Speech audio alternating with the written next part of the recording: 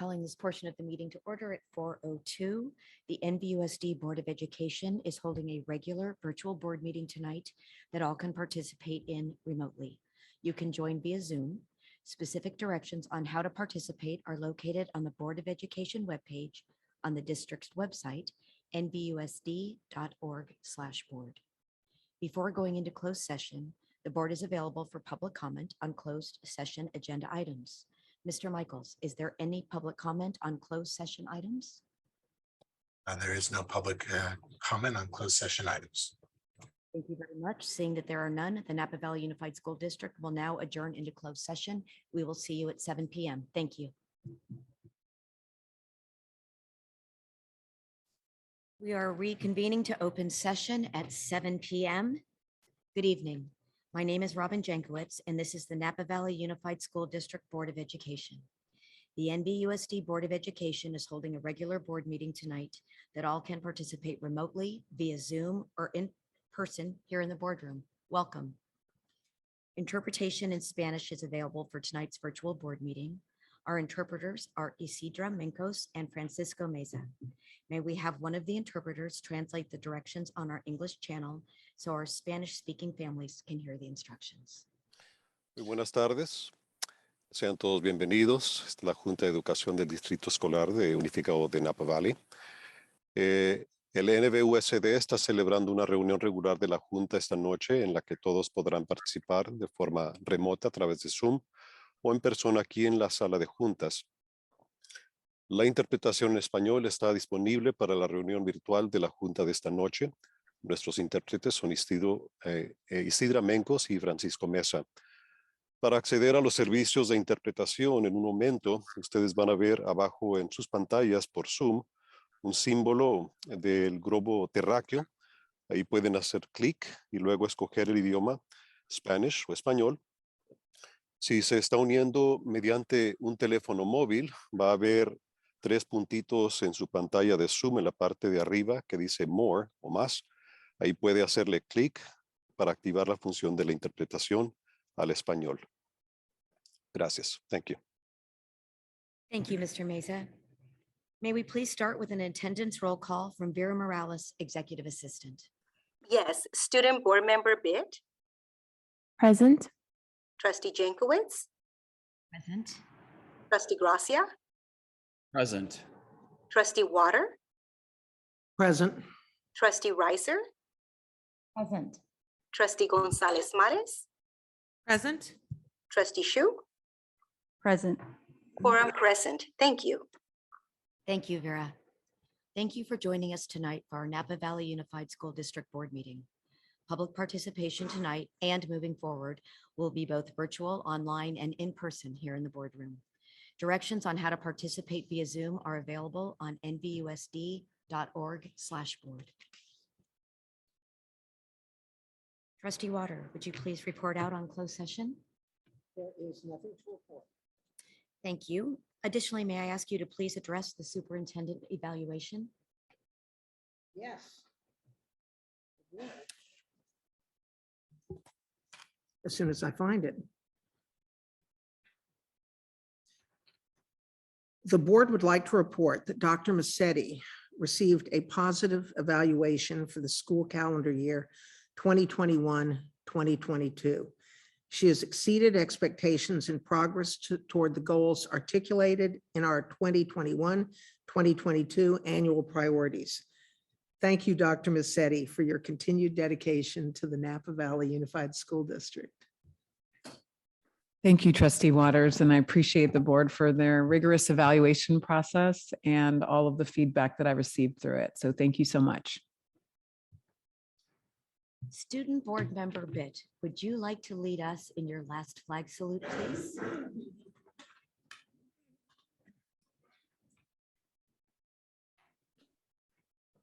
I pledge allegiance to the flag of the United States of America and to the republic for which it stands, one nation, under God, indivisible, with liberty and justice for all.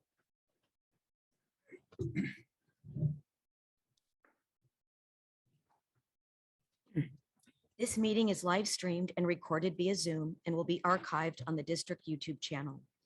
For a detailed review of any meeting agenda item, the archived video can be referenced and located on the district webpage at nvusd.org. The public can join the virtual board meeting remotely via Zoom, and participation instructions and the process for public comment can be found on the district webpage. Before I call for a motion on approval for the agenda, I would like to amend the agenda, and I would like to move J2A to proceed J1A. Move to approve. First by trustee Gracia, Second. second by trustee Chu. All in favor? Aye. Amendment approved. And now may I please get a motion to approve the amended agenda? So moved. First by trustee Gracia, Second. second by trustee Chu. All in favor? Aye. Amended agenda approved. Let's move on to the minutes, please. May I get a motion on approval of the minutes for May 26th? Move to approve. First by trustee Gracia, Second. second by trustee Riser. All in favor? Aye. May 26 passes. Approval of minutes for June 2nd. Move to approve. First by trustee Gracia, Second. second by trustee Riser. All in favor? Aye. June 2nd, approval of minutes passes. Recognition of visitors and employee organizations. Dr. Massetti. Thank you, President Jankowicz. Tonight, I'd like to welcome and recognize the presence of President Gail Young, the president of the Napa Valley Educators Association. Ms. Young, would you like to address the board this evening? Good evening. I'm so happy to see you. I wish I was there in person. This is not fun. I hope things are going well. I'm very much so looking forward to listening to the budget presentation tonight. And let's hope it's a great meeting. Thanks.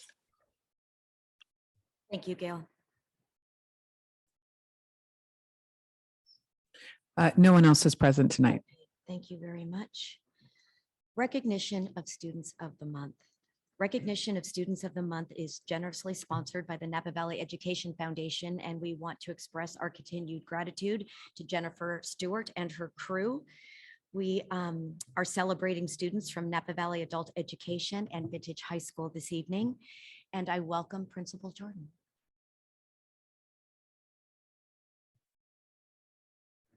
Good evening. Thank you, Jordan, for again having us. Always our pleasure. Thank you, Dr. Massetti, and the rest of the cabinet. A lot of great things to go ahead, but apparently the principal following Vera's directions about this portion of the meeting being on Zoom is not one of them. So I apologize and take responsibility, but we Yes. and we have fabulous families for you tonight. I think you're going to really be pleased. So on a quick note, thank you in advance for those of you that will be coming to our graduation on Monday. I unfortunately have to be in a training in San Diego, but Laurel and Burl will be standing in my place, and I'm sure she will do just a fabulous job. And it's really a frustration that I have to go to the training because we have 50 plus graduates, and it's really a fabulous event, and I wish I didn't have to go. But that being said, we are here to celebrate two of our students. The first is Miguel Jimenez. Miguel, could you join me?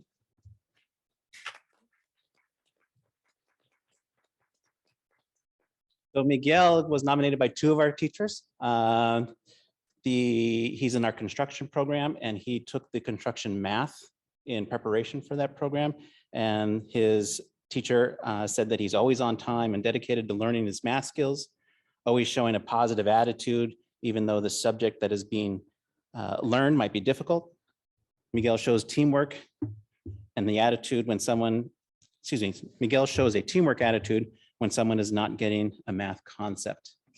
On top of that, Chuck Peckinpah, who many of you know from his time at American Canyon and does our construction program, said that Miguel is always on time. He's never absent. Very positive attitude, creates a sense of community among his fellow students, and pays close attention to his studies. And he works hard, and it shows. And I've been out in the construction class a number of times, and it's been great to see Miguel and the rest of the folks working together. So Miguel, it's my pleasure to have you as our student of the month, and very proud of you. Thank you.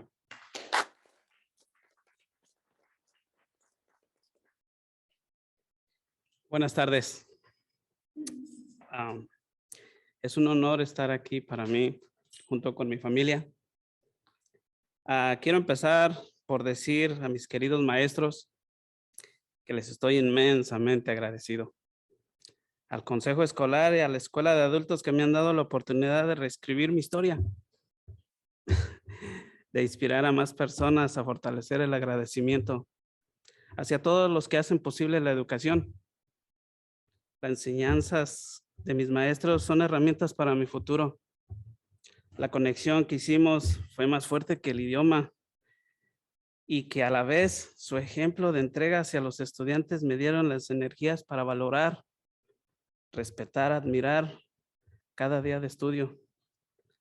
Este reconocimiento es fruto de su entrega de cada día. Gracias por su ejemplo. Yo quisiera que todos nosotros podamos entender el valor y la importancia que tienen los maestros y la educación. Para mí, volver a la escuela de adultos ha sido un gran logro, lo cual me siento muy orgulloso. Es importante que no dejemos de inculcar a otras generaciones el valor del respeto, admiración, agradecimiento a los maestros. Desde mi corazón, muchas gracias.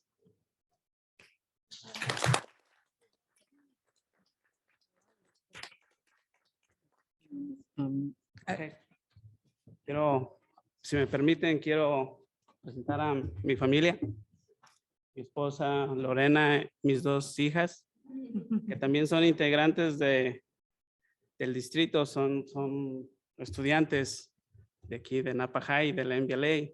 Incluso mi esposa también estuvo estudiando en la escuela. Para nosotros es un gran honor estar aquí con ustedes. Muchas gracias. Gracias, gracias, Miguel. Would the board like the English translation? Yeah, that would, do you have the English translation? That would be helpful. We weren't prepared for the hybrid translation situation, so. Laurel has it and she'll, not that I can't. Thank you, Laurel. So something tells me that you all heard that loud and clear. I don't even need to translate it. That was really lovely. He did a great job and really, and he came and he said, I just read this from the heart and I can really tell. And I can tell you can feel it as well. So Miguel said, it's an honor for me to be here today. I want to start by thanking my dear teachers. So he's been taking the class, the construction math and the construction, and both programs are fully bilingual. So we can serve both populations. So it's been a challenge to do that, but really important. And we've been able to serve them that way. So he says he thanks his dear teachers and he's immensely grateful for them. I also want to thank Napa Valley, the board and Napa Valley Adult School, because they have given me the opportunity to rewrite my story and inspire others. I want to express my gratitude towards those who make education possible. I'm very grateful for everything I've learned in the classrooms. It's something that I will use in the future. The connection that we were able to make as class was stronger than the language barrier. And it's an example of dedication from every student. This recognition is also a result of my teachers' dedication. Thank you for setting a great example. I think that Chuck did that superb job. It's important for us to understand the value and importance of teachers and education. And for Miguel personally, going back to adult school has been a great achievement for which he's very proud.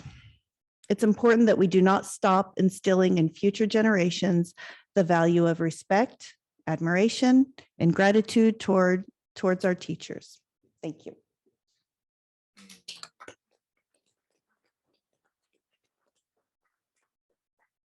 I told you, they're fabulous every time. Next up, we have Maria Connie Garcia Masqueda.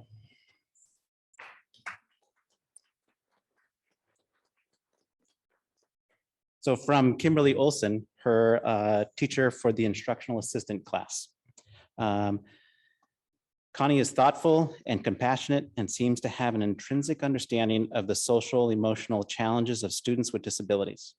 She asks deep questions and contributes equally meaningful ideas to classroom conversations. She is also helpful to other students, sometimes rephrasing or translating class content so that other second language learners can access it. Connie is usually a leader in small group work, guiding her colleagues in breakout room discussions. She is passionate about learning. In addition to the instructional assistant CTE course, she is also managing other early elementary education classes and workload, but she applies the learning from her other experiences to her future role as an instructional assistant. Connie is an asset to the current instructional assistant class and will make a valued instructional assistant in whatever setting she chooses. So again, my pleasure. Connie.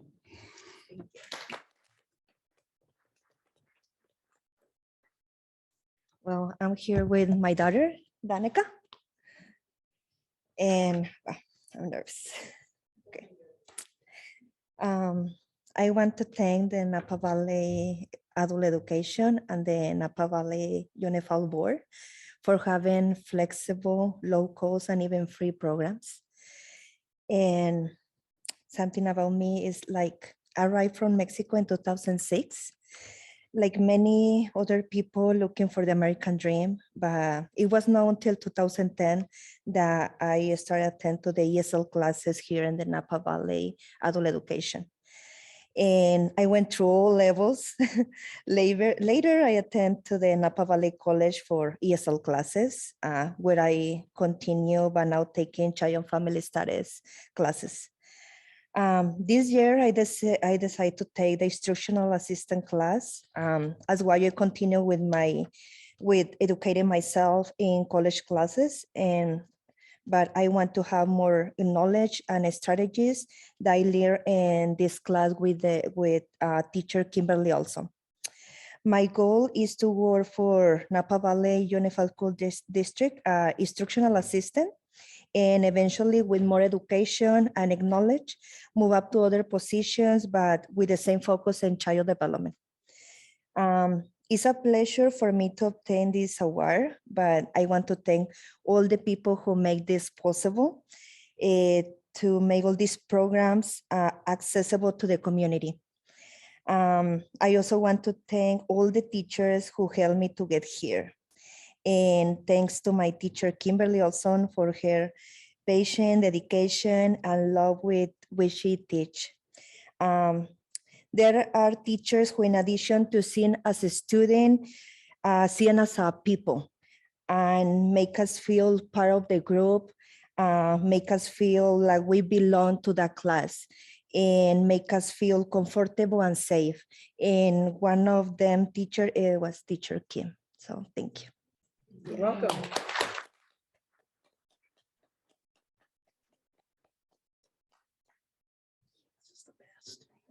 Again, so thank you. It is a wonderfully large gesture what the board does for these students, and we're so pleased to be able to share those stories. It's always fabulous. So thank you again. Thank you. Thank you.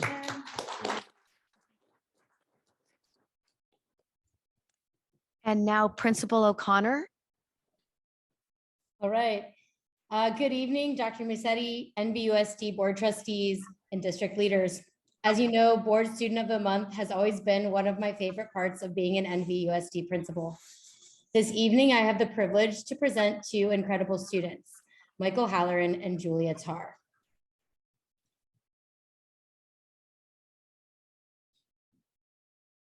All right, our Board Student of the Month for the month of March is Julia Tarr. Julia is 4 days away from graduating from Vintage High School. I imagine it will not be too many days after that she is already fully focused on her next step, which is attending UC Berkeley in the fall with a focus on business and math. Julia's future is as bright as they come, but for a few moments, please allow me to celebrate Julia's time in our Vintage community for the last 4 years. Julia has earned 1 B in her entire high school career, during which she has challenged herself with a variety of AP and honors classes. Her academic success is reflected in her rather lengthy list of awards, including but not limited to the Golden State Award, Excellence in Mathematics, Excellence in Avid, Academic Excellence, and a few Crushers of the Month awards. When not earning A's and awards, Julia involves herself in on-campus clubs, including this year being the treasurer for the Thirst Project. Finally, Julia has been a dedicated Avid student all 4 years of high school. Like many students in Avid, Julia will be the first in her family to go to and graduate from a four-year college. In our district, we should be proud of the growing number of students earning the seal of biliteracy. During her time in high school, Julia is a student who has earned this honor in Spanish as of this spring. However, what the seal does not indicate is that Julia is actually triliterate. Julia is also fluent in Hungarian. In case you aren't familiar with Hungarian, it's nothing like English or Spanish. Julia is remarkable. As a student, as a community member, as a trilingual learner, but Julia is also just an amazing kid who turns out to be a super Taylor Swift fan. Julia, I'm proud of you and all you have done, but even more excited to see what you do at Berkeley and throughout your career in life. I now present to you Julia Tarr.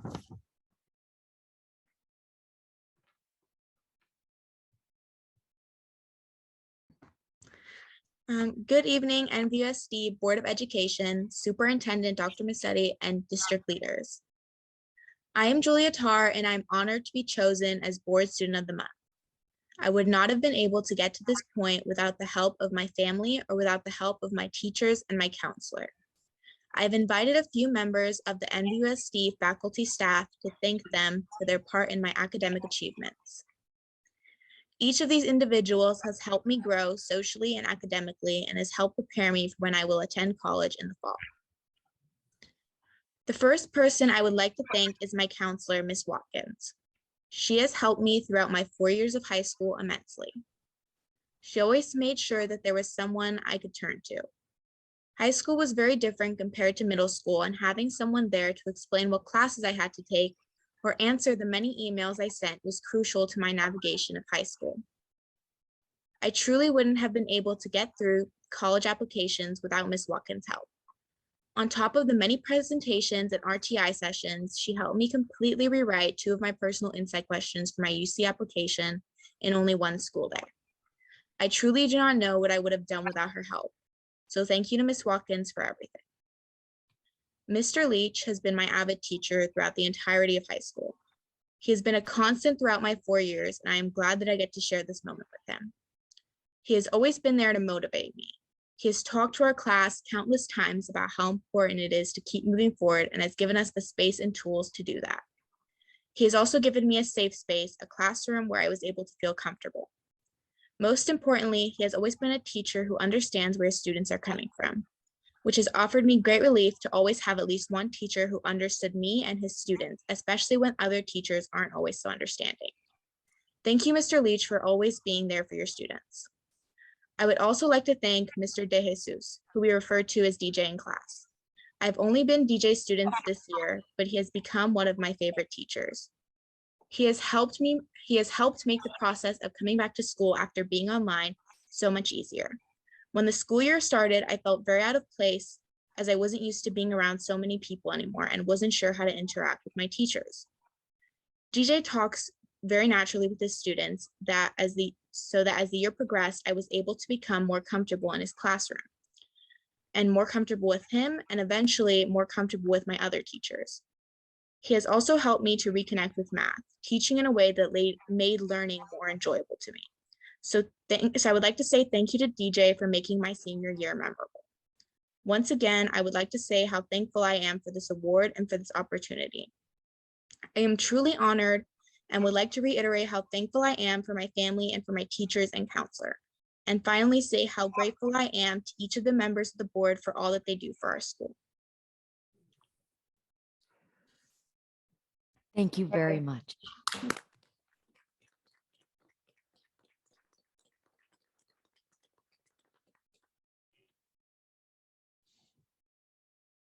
All right, thank you, Julia. Our board student of the month for the month of April is Michael Holleran. Michael's 4.72 GPA is just about as high as they come. This GPA is a factor of the maximum honors and AP classes combined with near perfect grades. This year alone, Michael is taking 5 AP classes. In addition to his incredible academic record, Michael is a CTE completer in the Digital Multimedia and Design pathway and an earner in Spanish of the Seal of Biliteracy. In spite of such intense course loads, Michael finds time to also be an exceptional athlete and highly involved. Michael is a 4-year varsity cross-country runner and golfer, earning first team all league for the last 2 years in both of these sports and MVP of cross-country this year. Michael loves to run. Also during COVID, Michael's the kind of student athlete that decided to take on 2 sports since he could, both of his original sports being distance sports, and took up lacrosse. As a first-year lacrosse player, he won both Rookie of the Year and Most Improved. He's just that kind of kid. When he's not running and playing organized sports, Michael's passion is disc golf and volunteering across the community. Michael's one amazing soon-to-be vintage grad. No doubt his future is full of possibility. While in the past, you might have found Michael working as a prep chef or line cook at Heritage Eats, right now his career plan is being a patent attorney. For this foreseeable future, Michael will be pursuing a geotechnical engineering degree from the Colorado School of Mines. Wow. I now present to you Michael Holloran. Hello and good evening to the NVUSD Board of Education, Superintendent Dr. Mercetti, and NVUSD district leaders. It is truly an honor to be chosen as Board Student of the Month. Having the opportunity to meet and learn from the Vintage staff was truly a pleasure and a journey that was unforgettable. The staff and student body shaped who I am today, whether it be through sports, in which I developed camaraderie, or let it be academics, where I learned to find a love for the unknown of the academic world. And today, I've invited 2 teachers and a coach that I have felt impacted me the most over my 4-year journey at Vintage High School. First and foremost, Shari. I can't put into words what you've done for me and my development as an athlete, leader, and student. You were the first person that I met starting my journey through Vintage, and in my opinion, the best to give me the first impression of the Vintage community. Your attitude on and off the field is truly unique and special. Your positivity outshined all, and it helped me as a person see that I should look at everything in a positive light. You were also able to gather and lead the team, connecting with everyone, in which all feel as inspired and love to work with you. For me personally, you taught me to reach and work as hard as possible for my goals. And once I had finally caught something, to keep on reaching, because the job is truly never done and I can always be better. I've been able to apply this teaching to everything I do, and it should be acknowledged that this work ethic you taught me is one of the main reasons why I'm here. So Shari, I want to thank you for that, and I'm positive that there will be many others that will precede me because of your great positive influence in their journeys. Coming into this year, I was eager to apply to every college and imagine what life would be after high school. But this teacher was able to guide me to look at what I have now and appreciate it rather than pre-appreciate what I have in store for the future. Ms. Poyser, I'm so glad that I was able to have you in my first year of high school, as well as my last year of high school. My freshman year, you were able to guide me through literature and teach me to truly understand the deeper meaning of writings, an unpriceable tool to have. The way that you were able to immerse me, as well as your class, into literature and truly appreciate it meant so much to me. Coming into senior year, I was more than excited to have you once again.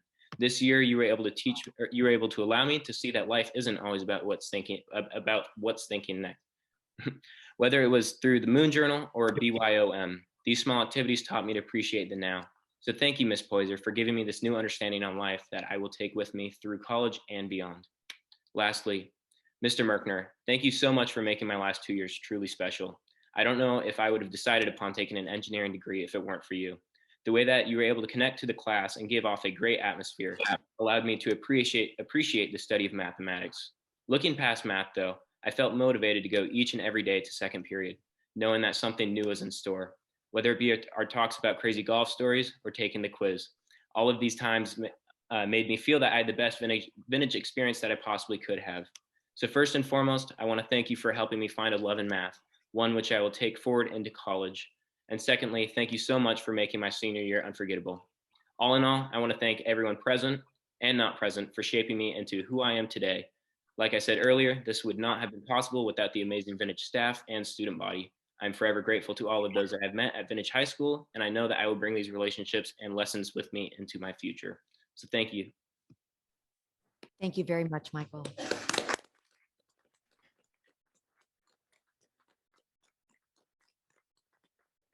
And once again, congratulations to all of our deserving students. You are certainly welcome to stay, but this would be the time to depart. Thank you. Best part of the night. Public comment on non-agenda items. Members of the audience may address the board on any school-related matter that is not on the agenda. The board will not take action on any issue raised during this section of the agenda inasmuch as board action is limited to posted agenda items. Speakers are requested to limit their comments to a maximum of 3 minutes. Trustee Water, did we have any public comment on non-agenda items received via email at publiccomment@nvusd.org? We did not have any public comments on non-agenda items received via email by 8 a.m. this morning. I appreciate that. Thank you, Trustee Water. We will move to speaker cards here in the boardroom, which is delightful. We will start with Erica Teagarden.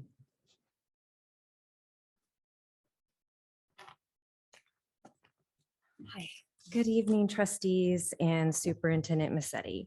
My name is Erica Teagarden, and I am a mother of a sophomore at Vintage High School.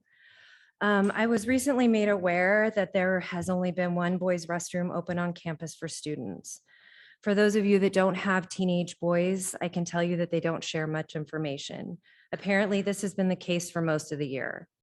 This situation only came to my attention after my son had his sister pick him up more than one time because he was quote unquote sick. When I asked about this, he told me that his stomach hurt so bad from not being able to use the restroom that he came home for the day. The single boys restroom open has become the vaping area, which makes it even more difficult to get in and use the restroom. My son, like many students, is on campus from 7 a.m. to 6 p.m. between early flight and sports. That's a really long time to go without using a restroom. I reached out to Dr. Massetti by email to explain the situation and the problems that it causes for students on campus and asked what might be done to solve this issue. The email was met with a response that was a receipt that she received the email and would be passing it on to Principal O'Connor. Mrs. O'Connor did respond to my email in which she notified me that they would be opening a second bathroom on campus the next day. When I responded explaining that this situation is causing the school to be out of compliance with the building code, in which I included a link to the California Department of Education website with the restroom requirements, I have yet to hear back. I sympathize with the school having to deal with a few students vandalizing the restrooms, but something needs to be done. To expect students to go all the way across campus to attempt to use the bathroom in the short amount of time they have between classes is absurd. I have heard from another parent that her son had to ask and practically beg a teacher because they are not allowed to let students use the staff restroom because he was about to, excuse my language, crap his pants. According to the Vintage High School profile for 21-22 school year, the school has approximately 1,850 students on campus. There are clear requirements in the California Plumbing Code that require a certain number of urinals and toilets per number of students, and it doesn't appear that the school is meeting these requirements. I'm here today to ask that this situation be addressed before the next school year. And I would really appreciate somebody getting back to me. This is really a health and safety issue, and I find it disturbing that as a parent, I'm having to come here to raise this issue. I'm not sure about you, but if I had to go the whole day without using the restroom, I would have a really hard time concentrating on my work. Thank you for your time and listening to my concerns. Thank you. Thank you, Ms. Teagarden. Ms. Teagarden, thank you so much for letting us know that there hasn't been full follow through in terms of a response. I'm going to have Assistant Superintendent Pat Andrew Jennings. I have your email because we did have the exchange and I just found it, but if you can just get her information, maybe a contact phone number and follow up, please, with Principal O'Connor. Thank you. Thank you. I would like to welcome Mr. Wilson to the podium, please.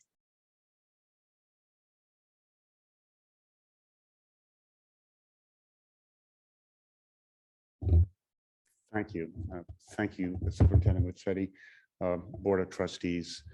I'm here to thank you again for your leadership and perhaps the happy accident that came about as a result. In May of 2019, you adopted a climate emergency resolution and you called it the Call to Climate Change Action. And in it, you granted the student group who petitioned for that their non-negotiable, which was the 2030 deadline to achieve net zero climate pollution. That was bold, but it was the level of serious commitment that the climate crisis requires. And the science has become even more clear since that time. Napa Climate Now petitioned all the elected governments then, and we failed to get our two non-negotiables, which was to declare a climate emergency and respond to that with a commitment to the net zero climate pollution by or before 2030. You granted both of those requests to your student groups. I'm here today especially to thank student trustee Emily Bitt. Thank you, Emily, and your co-president of Napa Schools for Climate Action, Elisa Koresh. You two have reinvigorated the entire county with respect to elected leaders taking on the responsibility that this board has. You've gone to Calistoga, American Canyon, Yountville, St. Helena, the city of Napa. And most recently, you won a climate emergency resolution by the county of Napa. That was done 2 days ago. All of these customers of yours have granted you your 2030 deadline. Some are serious and they're already taking action. I want to leave you with a couple of words written by Elisa and Emily to elected officials, and these are in the public record. This was just a couple of weeks ago. We understand such commitments are not easy to make, and we want to emphasize that it's already the middle of 2022. We all must shift toward the direction of net zero emissions as soon as possible if we are to achieve the 2030 goal together. Unfortunately, there's no other choice if we wish to have a future. This is to elected officials. This is the fear that we feel and are expressing to our elected leaders. On the other end of that spectrum, we had a letter written several days ago, just prior to the county of Napa passing a climate emergency resolution. It reads in part, for the last 2 years, we've had the opportunity to meet and work with so many great people, participate in important and frankly, life-changing activism, and serve our community and peers in such a unique and special way. Thank you for welcoming us with open arms. Thank you.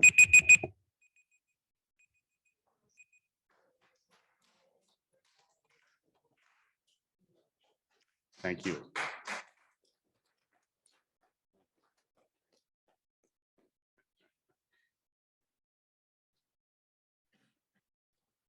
Okay, that, Mr. Michaels, do we have any additional public comment on non-agenda items? Yes, appears we do. First speaker is Justin Hamilton. Go ahead, please. Good evening, board member and certified superintendents. I just want to comment, welcome home in person or online. This has been 2 years. I was helping up Donaldson Way to I was rear in the parking lot, wave the parents, and I talked to Marianne, principal of Donaldson Way. I told her it's been 2 years. I just doing good thing at the Donaldson Way. Be was rear at the school. It's so I talked to her and see their way I can get a award for Dawson Way School. Thank you so much. Welcome home. Thank you very much. Mr. Michaels, do we have additional speakers? Yes, we do. Next speaker is Lori Stelling. Go ahead, please.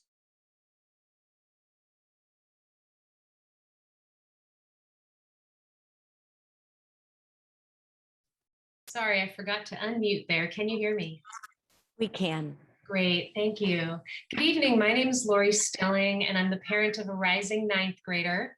And I'm calling in tonight because I've had the great pleasure of doing my best to support the student efforts of Schools for Climate Action in recent years.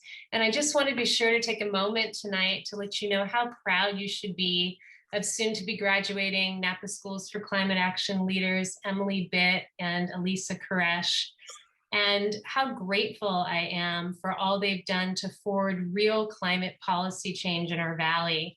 New gas stations wouldn't have been banned, and valley-wide climate emergency resolutions across jurisdictions would not have been passed were it not for the steadfast courage and commitment of these two young women to name the truth to power and ask for action on behalf of their generation having the chance at a livable future.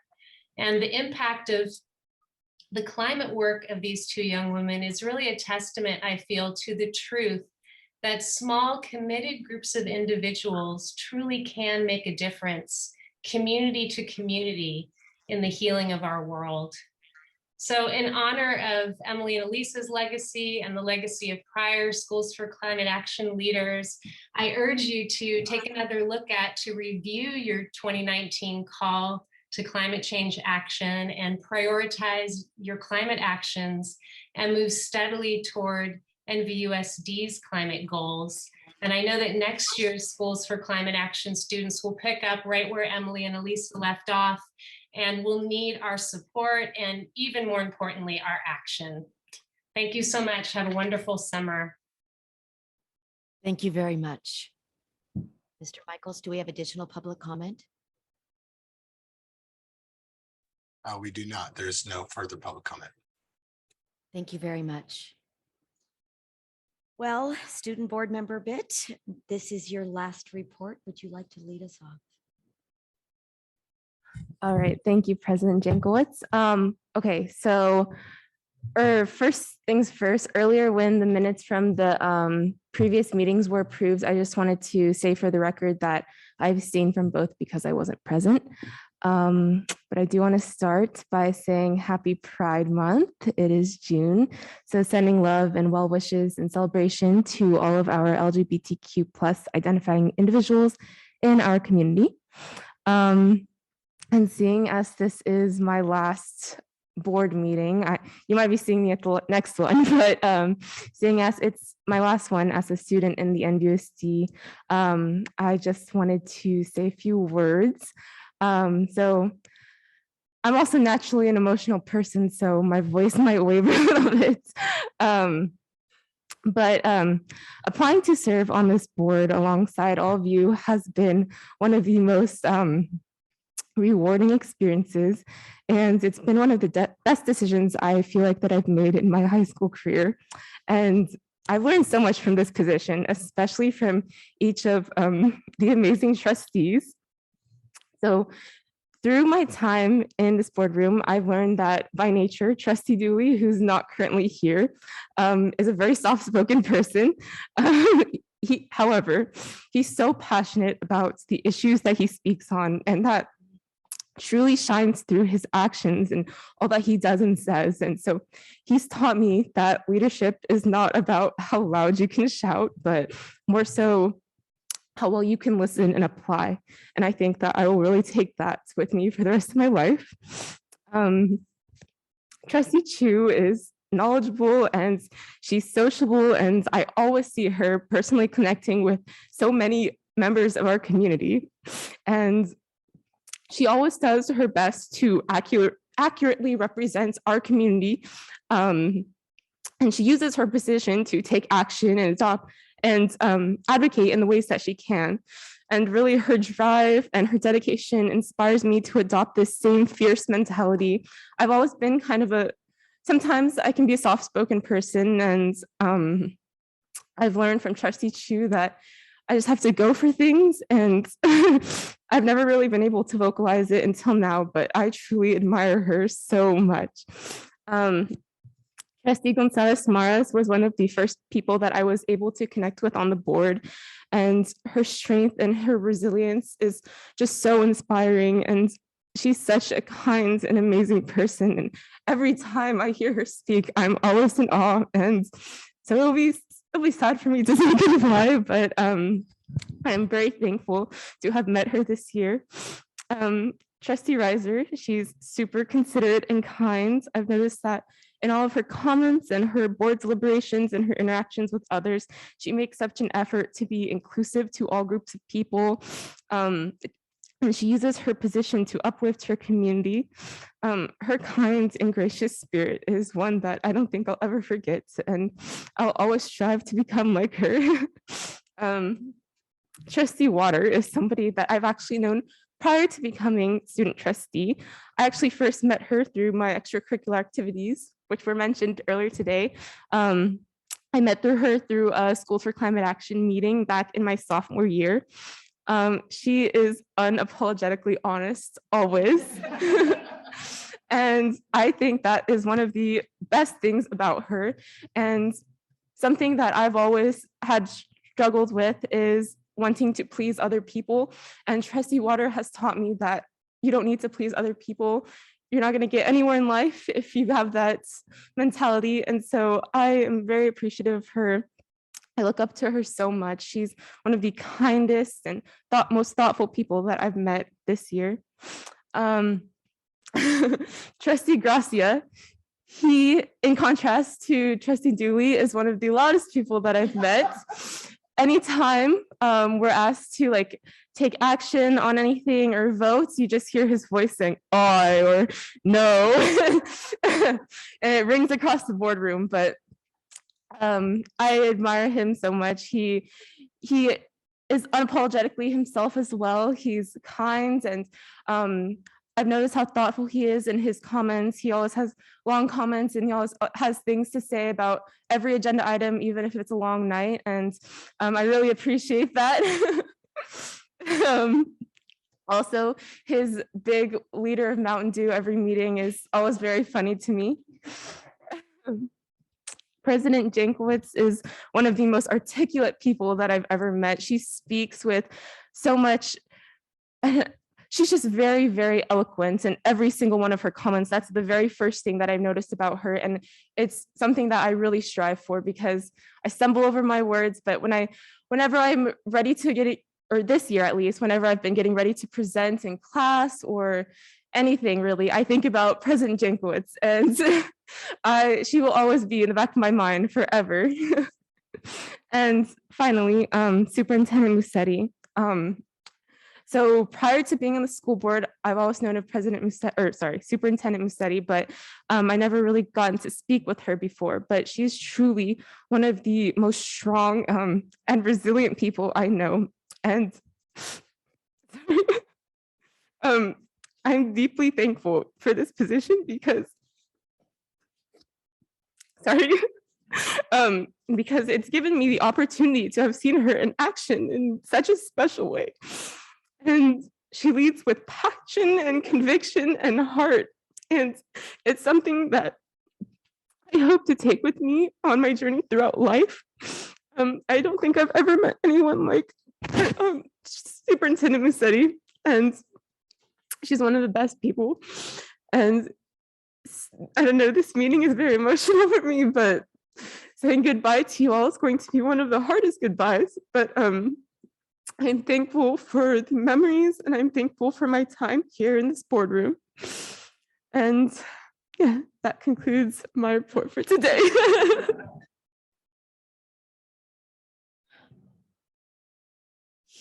Well, that's hard to follow. So before we move on to the rest of the board report, I would like to take a moment to thank student board member Emily Bitt for her service. We as a board want to thank you for your contributions you have made on behalf of the board, American Canyon High School, the entire district, and Miss Bitt, the world. You have a powerful voice. You are courageous, and you will continue to ignite change and understanding wherever you go. Congratulations on graduating. Congratulations on your acceptance to Berkeley. But most importantly, congratulations on your willingness to advocate for what you believe in as you represent our future. We love you dearly.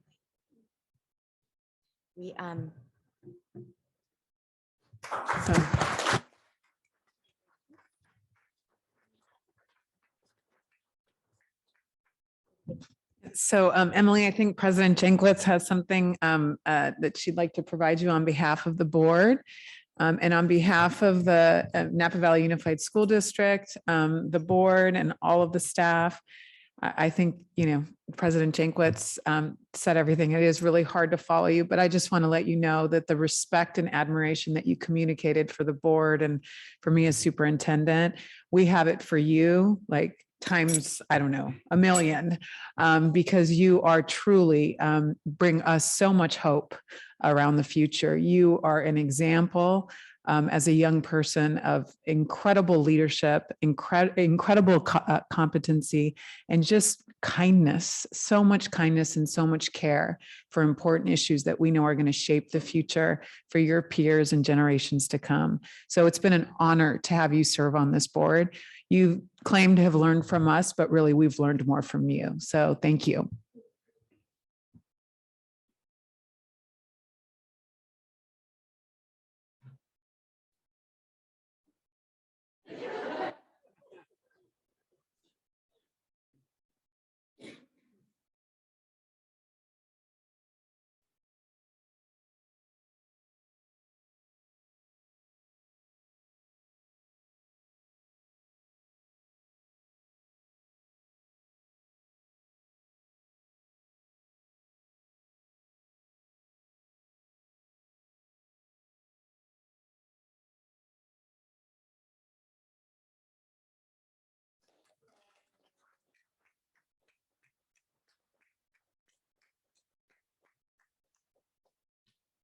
And the last word on that, you got to help me out, Trustee Water. Go Bears. Yeah.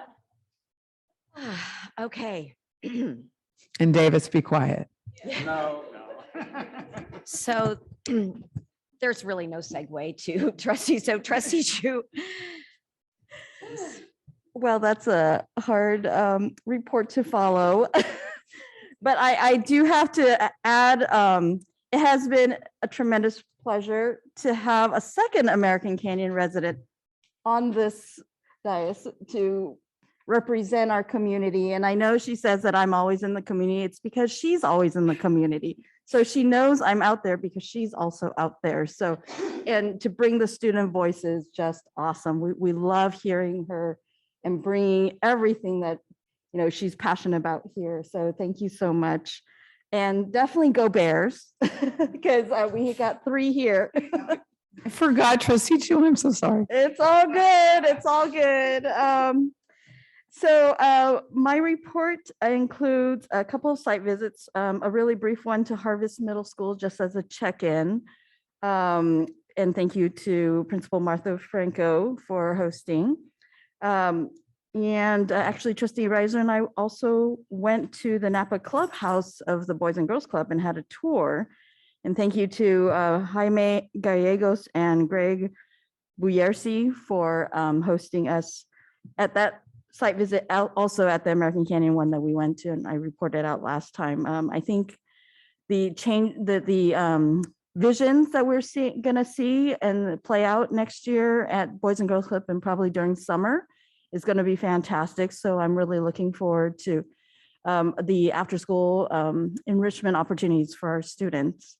Some of the other events and activities that I participated in those last couple of weeks was on the 1st of June, I attended as a parent the ACMS C-STEM competition that was put on by Ms. Tammy Lee, the robotics teacher there.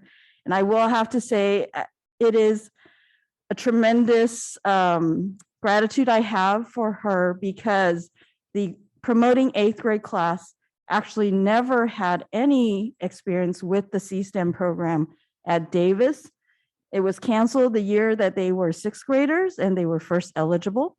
It was non-existent last year, and they decided not to have it this year. And so for the students to have this opportunity at our school, it was just tremendous. So thank you so much to ACMS, and especially to Ms. Tammy Lee for providing this opportunity. And I especially loved being a parent and seeing that. And I think Trustee Reiser will also speak to it because she was actually invited to be a judge. I also attended the American Canyon City Council meeting on the 7th. And today I had a great experience with the Pueblo Vista Pollinator Showcase. Really wonderful presentations from all the students.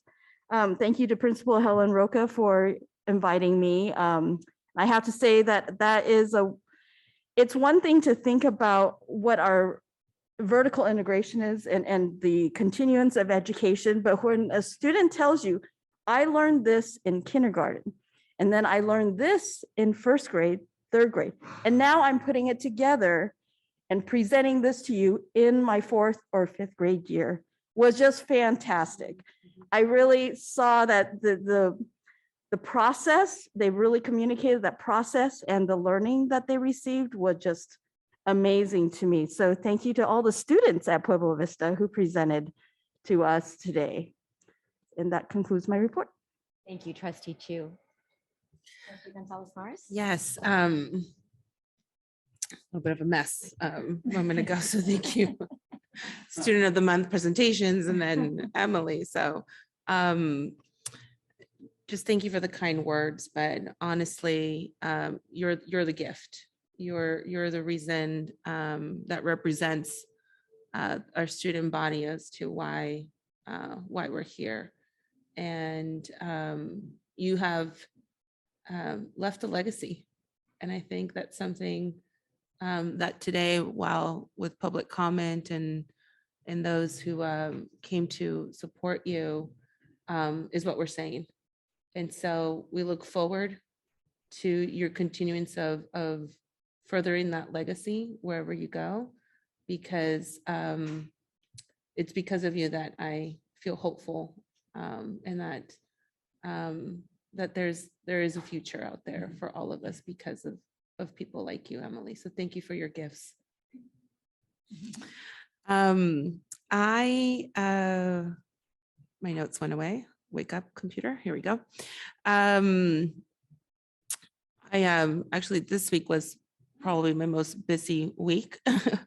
We had a series of student board member interviews with Trustee Jankowicz. So we're looking forward to the next step there. Each year, it's we try to bring that perspective to the room. So we're looking forward to that.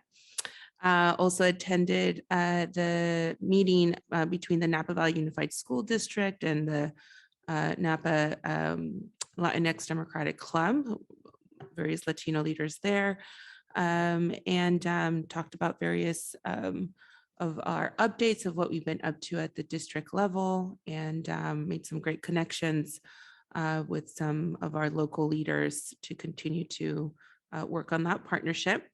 And then Tuesday, I attended the proclamation of the city of Napa for LGBTQ and Pride Month. And so we're all wearing our colors today. So I feel like we've been celebrating every day this year. Like we've been talking about diversity, equity, and inclusion. And it just, for the first time, it feels like it's not a Pride Month. It's been a Pride Month every day. And that's something that I feel very proud of. But nonetheless, I was at the city council meeting, and two people spoke, and one was an American Canyon student who works for LGBTQ Connection, and they are the representative for the American Canyon community, and spoke about their early experience at the school, at the high school, and how felt that the space for themselves to be themselves wasn't quite there, and how recently in the last few years that has changed. And I like to think that that's the part of Pride Month that I love to celebrate, is exactly moments like that, where you have an NVUSD student who is expressing their joy of their school experience and seeing those positive changes.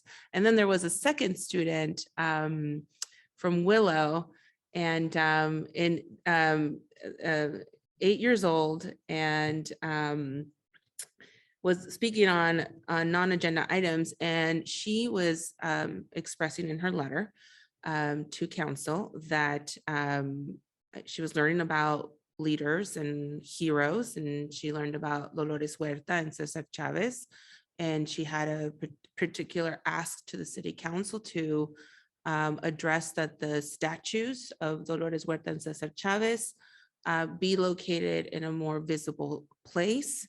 And it was just so clear and just beautiful. And again, just feeling a moment of NVUSD pride at another meeting, government meeting too at that. So just thought I'd share that it was just really, really cool to see our students in action.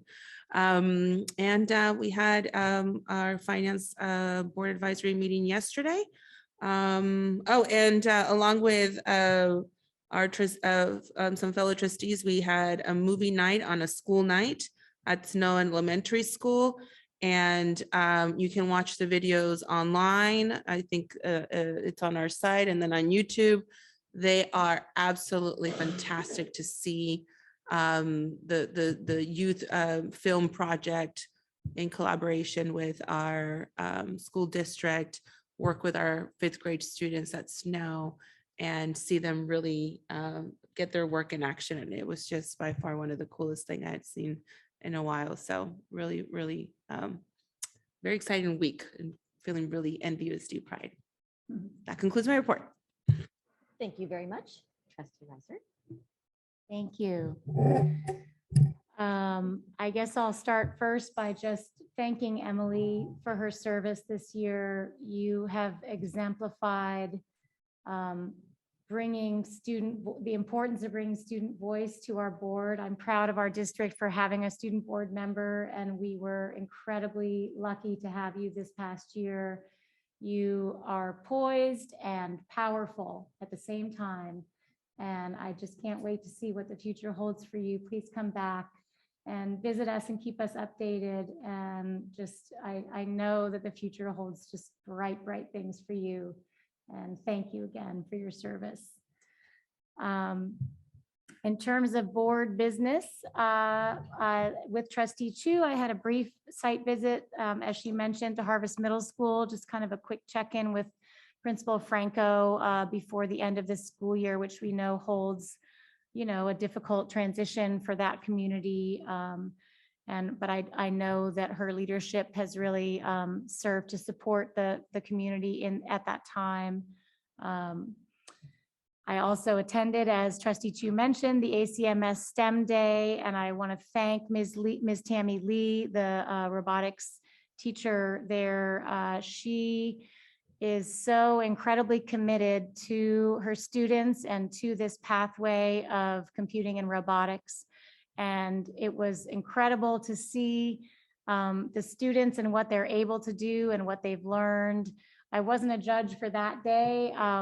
I was more just watching as the teams competed to complete challenges, and then they were actually former students from ACHS came back and were the judges.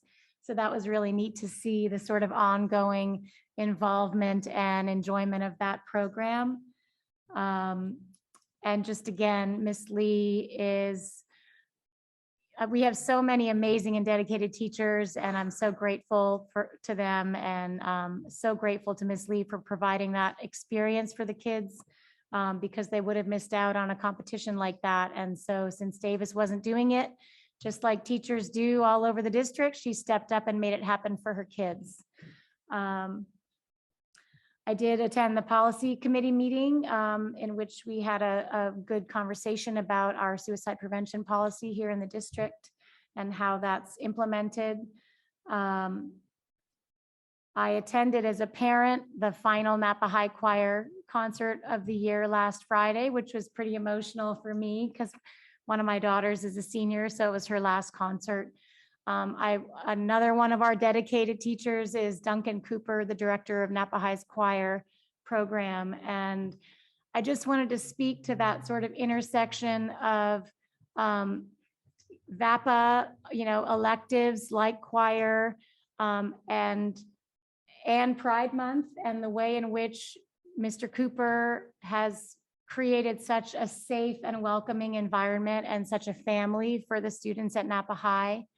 And an example of that is just the way in which no one bats an eye if a non-binary student in the treble choir is wearing a suit that is welcomed and allowed and invited. And in fact, one of the seniors in the senior recognitions alluded to that and said that the choir was the first time that they had had the opportunity to wear a suit, and damn, they looked good. So that was their words.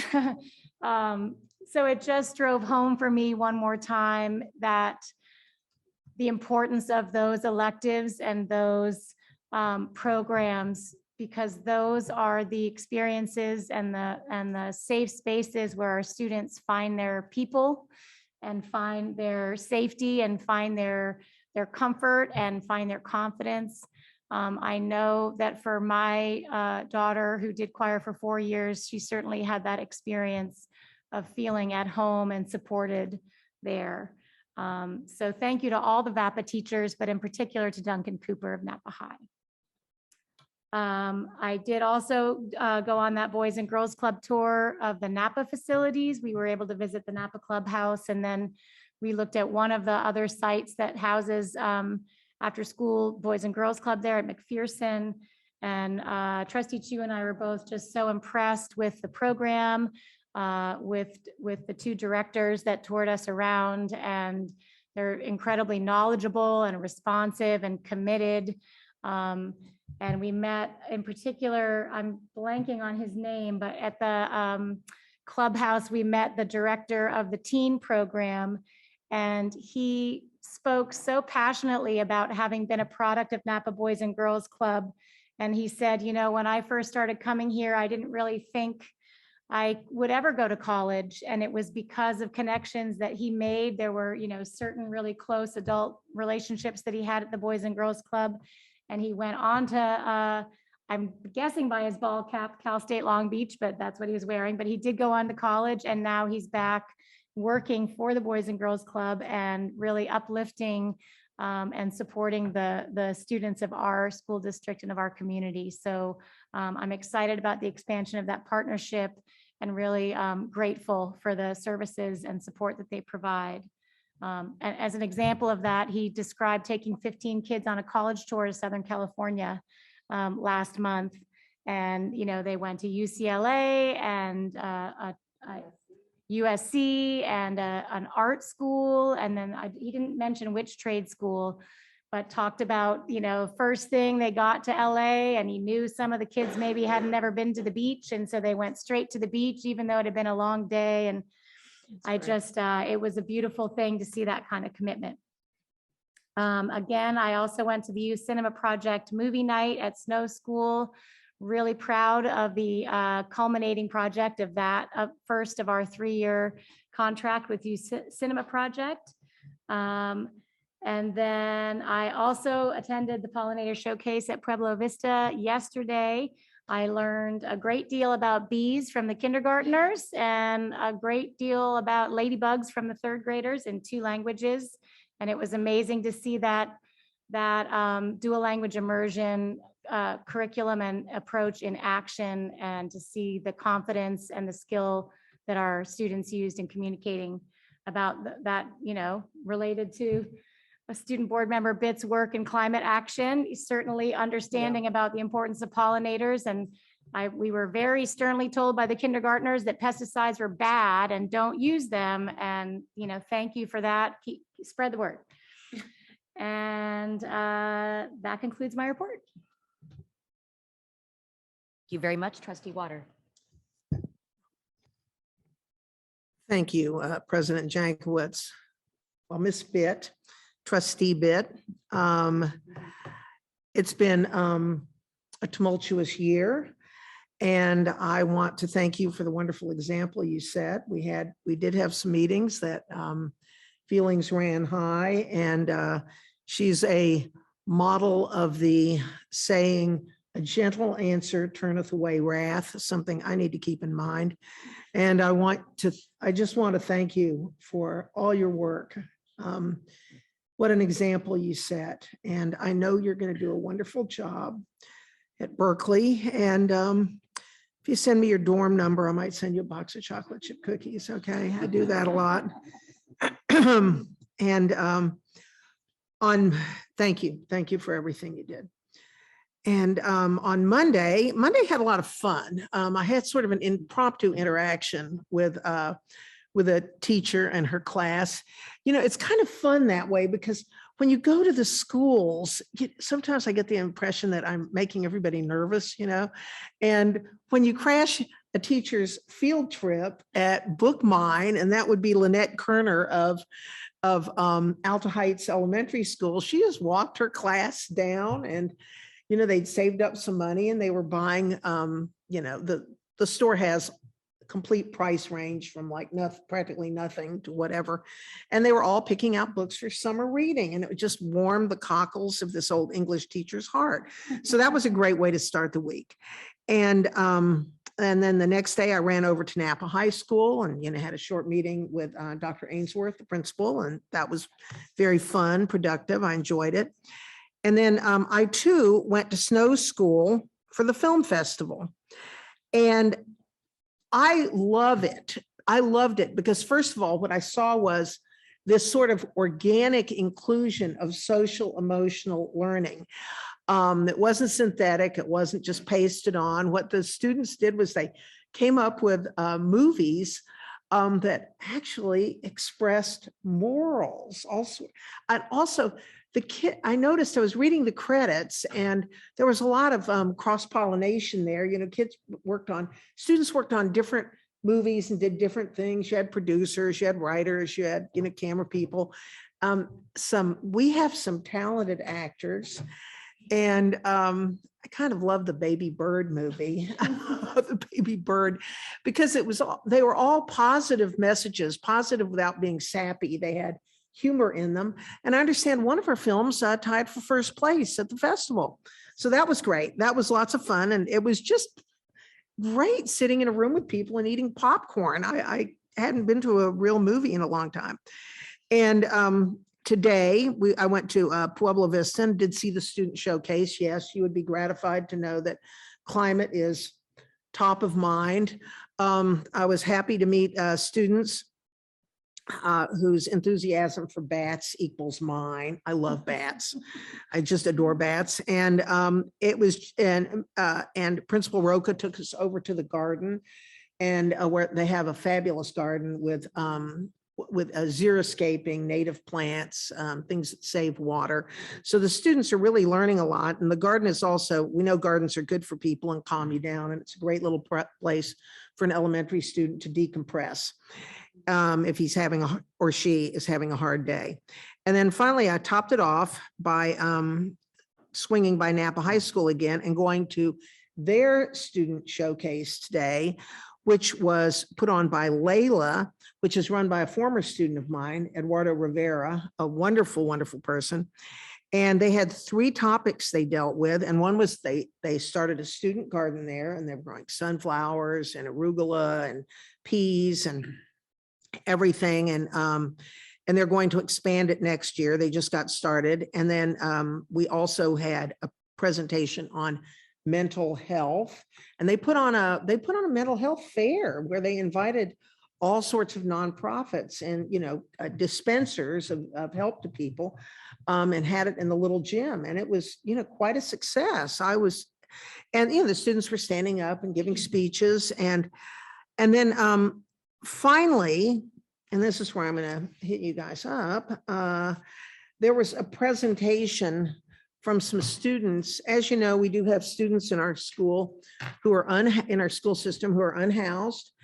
And this is a charity. They called it a hygiene drive to get, you know, soaps, deodorant, toothbrushes, things for people, you know, to keep clean who, you know, don't have a roof over their heads. And it was very generous of them. And I was impressed to see all the students were displaying care for the greater community. And I was very, very impressed by that. End of my report. Thank you, Trustee Water. Trustee Gracia. So I'll be brief. I think there's been so much said about Trustee Bett already. I just wanted to add a brief moment that I did really respect how much you were willing to weigh in on some of the weighty issues that we faced. You know, you're the fourth student board member that I've known, and many of the others would sit quiet when controversial issues came up, and you just waded right in and were willing to share the student perspective. And I really loved that. I thought it was great. So thank you. As far as things that I've been up to, on the 31st, I had a meeting with the communication consultant to evaluate their fit with the district.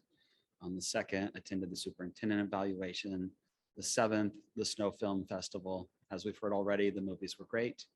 On the 7th, I also had an opportunity to discuss with a representative from Ms. Aguilar Curry's office the budget and transportation issues. I, along with 3 trustees from other boards, were able to express our concerns about the ADA issue and how we are being punished for following state and local health directives if they do not hold us harmless on ADA. We also shared how this negative impact would drag down school income for 3 years and not just 1 year when they move to the 3-year ADA average. We discussed the serious problems with the legislature's proposal to just mandate with no additional funding that we transport every child to school. It doesn't make any sense and would be impose an impossible financial burden on school districts. We advocated for AB 2933, which includes full funding for transportation and would allow districts who don't presently offer transportation to begin to offer it. Transportation needs to be fully funded, and we cannot afford to provide transportation to every student out of our general fund. On the 8th, I attended the Finance Committee meeting. Emily, you know how I feel. I too attended the communication consultant meeting, the first tranche of the Every Student Succeeds ceremony, a CSBA-led superintendent evaluation process. Trustee Gonzalez Morris and I conducted the student board member interviews for next year. Film festival, accolades have already been made, finance committee meeting, and I also had a delightful morning at Pueblo Vista alongside my fellow trustees. Dr. Massetti. Well, we'll go through, okay, yes. So everyone, let's make these as brief as possible. We have students that are waiting, and I'd like to get to them. So Special Education Community Advisory Committee. We have not met. City of American Canyon. We have not met. City of Napa. We have not met. Town of Yountville. We have not met. Okay. Superintendent.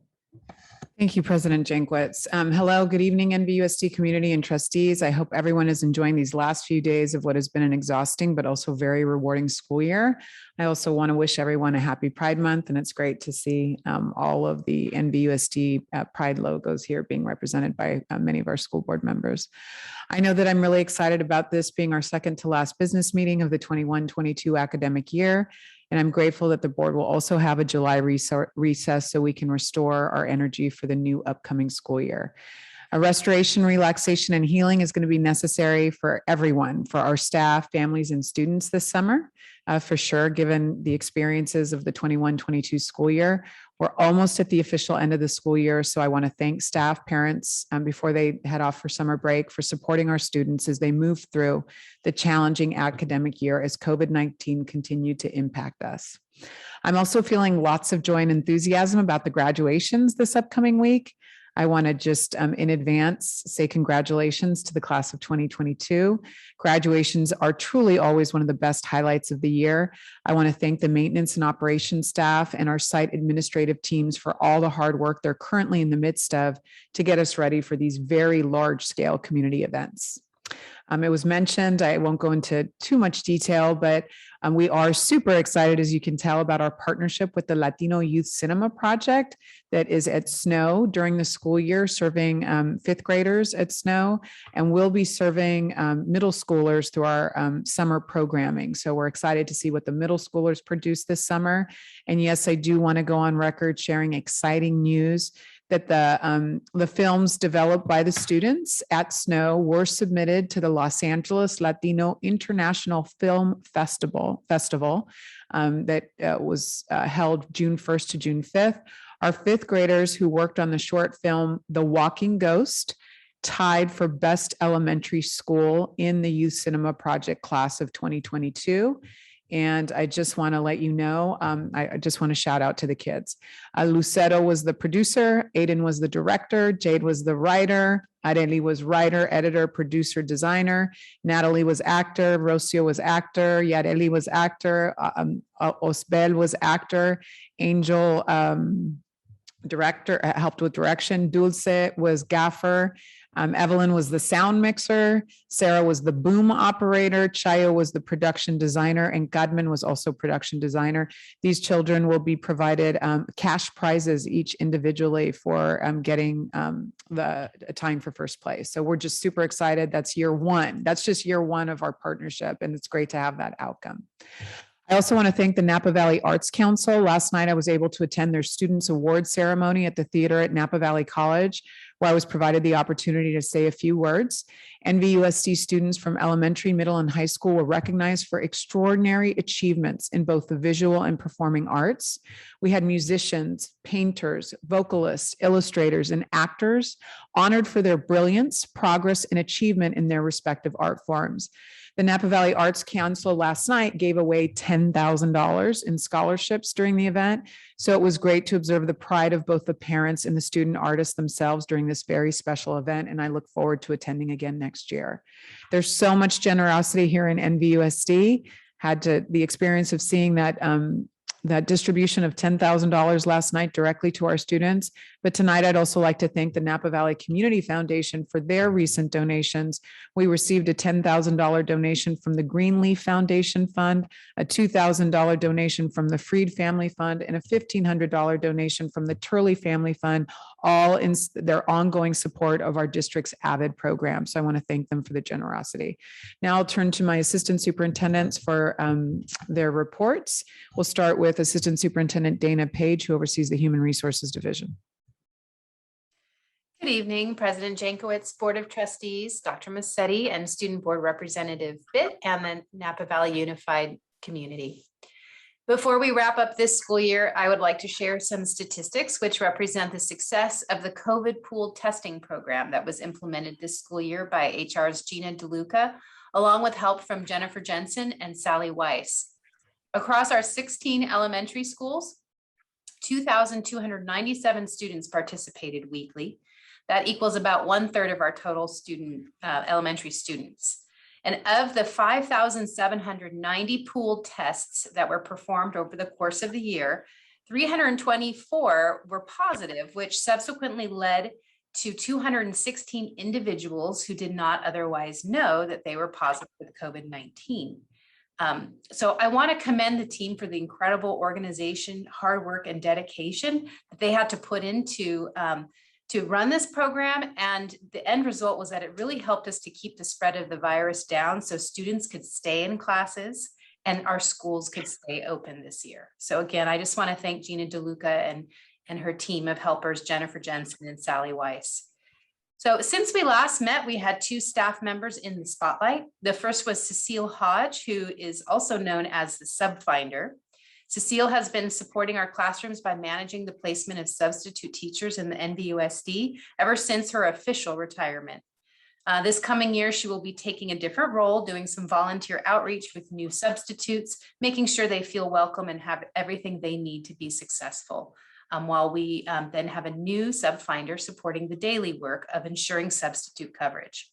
We're so thankful for all of Cecile's hard work and support over the years. We also featured Lupe Murillo from Food Service. She has worked in NVUSD for almost 18 years, both preparing and serving nutritious meals to our students. She told us that the faces of the students at breakfast and lunch are what excites her most about coming to work. Lupe truly loves cooking and even enjoys doing it in her free time. And in fact, if she had money to build her own business, she said she would open a food stand. So we're so fortunate to have employees like Lupe bringing their passion to benefit our students every day. Finally, I just want to thank all of NVUSD employees for their hard work and dedication during a very challenging year. We are almost at the finish line with a few more big events ahead and 4 more days of school. So everybody hang in there and let's finish strong. This concludes my report.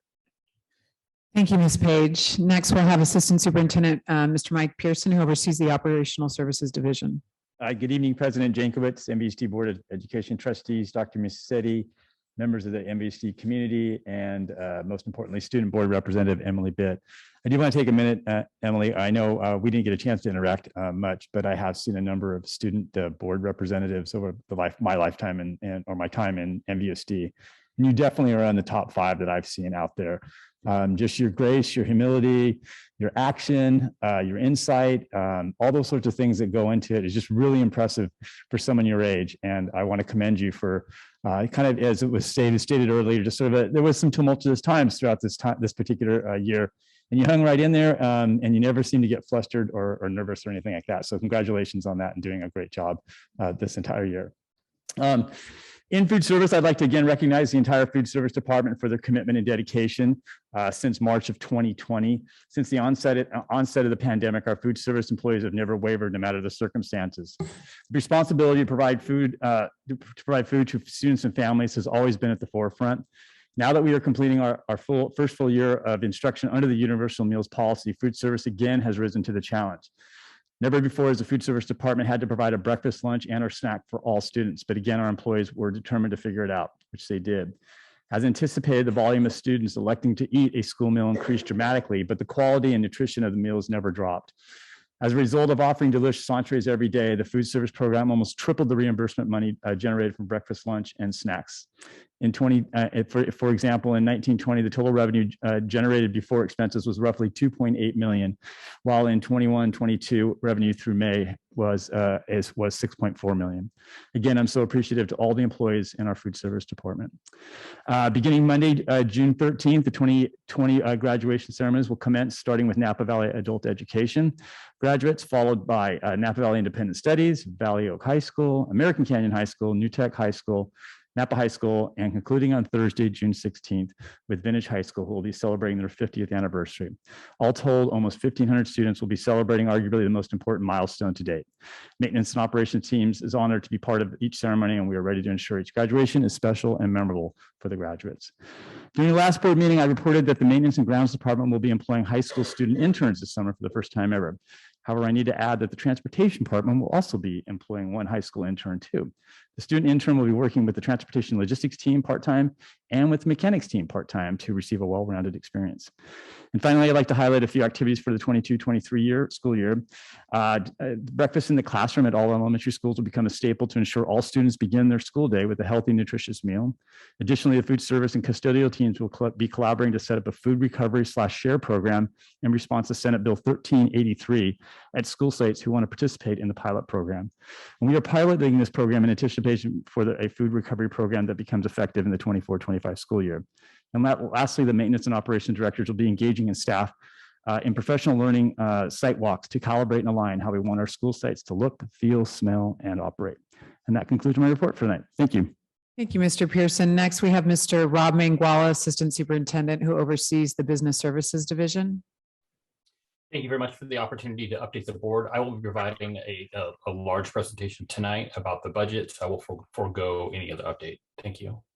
Thank you, Mr. Manguala. And Assistant Superintendent Pat Andrew Jennings, who oversees the Instructional Services Division. Good evening, President Jankowicz, board trustees, Dr. Musetti, Student Representative Bitt, and the NVUSD community. We are grateful that the final days of the 2021-2022 school year are upon us, and hopefully we are approaching the final stop of this COVID cruise that none of us signed up for, but all of us are on it. With that in mind, we are excited for the summer programming that will launch soon after school ends next week. At the elementary level, space for session 1, which starts on June 20th, is almost completely full with a waiting list at several sites. There is still limited space at select sites available for session 2.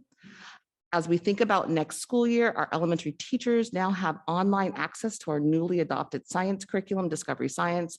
An implementation guide has been provided to teachers by our team of elementary district academic specialists. We already have 130 teachers signed up for summer training, and they're excited for the materials to arrive in August. Later tonight, I look forward to sharing a presentation with the board on the local control accountability plan. Thank you. That concludes my report. Thank you very much. Moving on to, well, first, I would like to thank all of you in the audience. I want to express my gratitude for your patience. Thank you very much. I will speak as quickly as possible to get to you. Approval of consent agenda. Background information on these items is provided to the board prior to the meeting. A common motion takes action without discussion on a roll call vote unless discussion of items is requested by the board members. How about that? I'll move to approve, but I'd like to pull item I2B. I2B. Okay. I2B pulled. So motion to approve the agenda first by trustee Gracia. I'll second. Second by trustee Gonzalez Morris and trustee Gracia. Walter, don't you want to go first? Oh, oh, that's right. It's pulled. I I'm apologize. sorry, yeah. I'm sorry. It's pulled. Vera, can we get a roll call vote, please? Yes, Student Board Member Bit, Aye. Trustee Jankowicz, Aye. Trustee Gracia, Aye. Trustee Water, Aye. Trustee Reiser, Aye.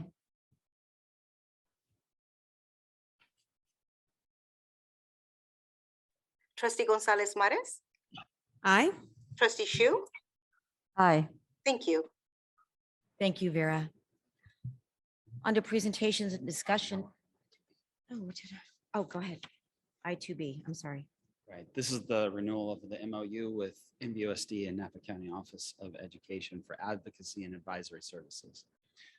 I am concerned that we're getting zero benefit from this agreement, considering that we have our own agreement with Capital Advisors.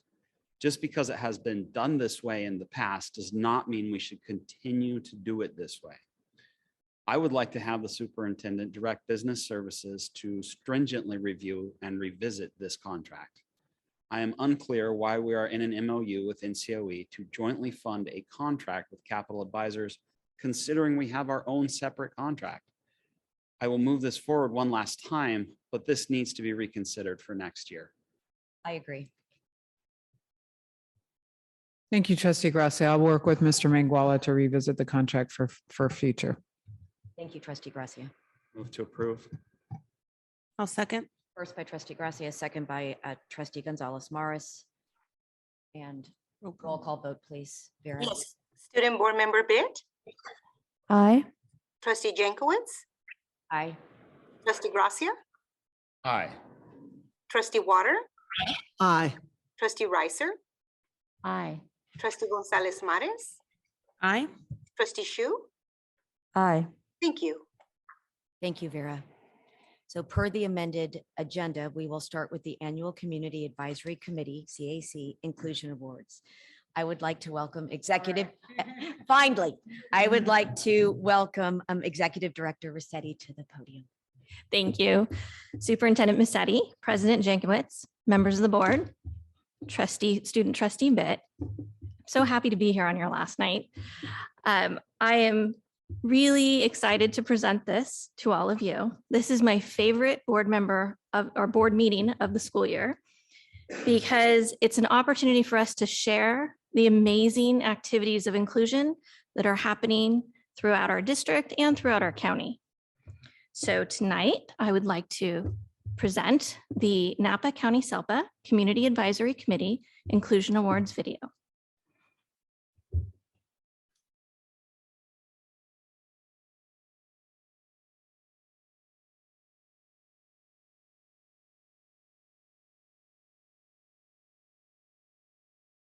I am Luke. I am from Advocacy in the school here in Napa.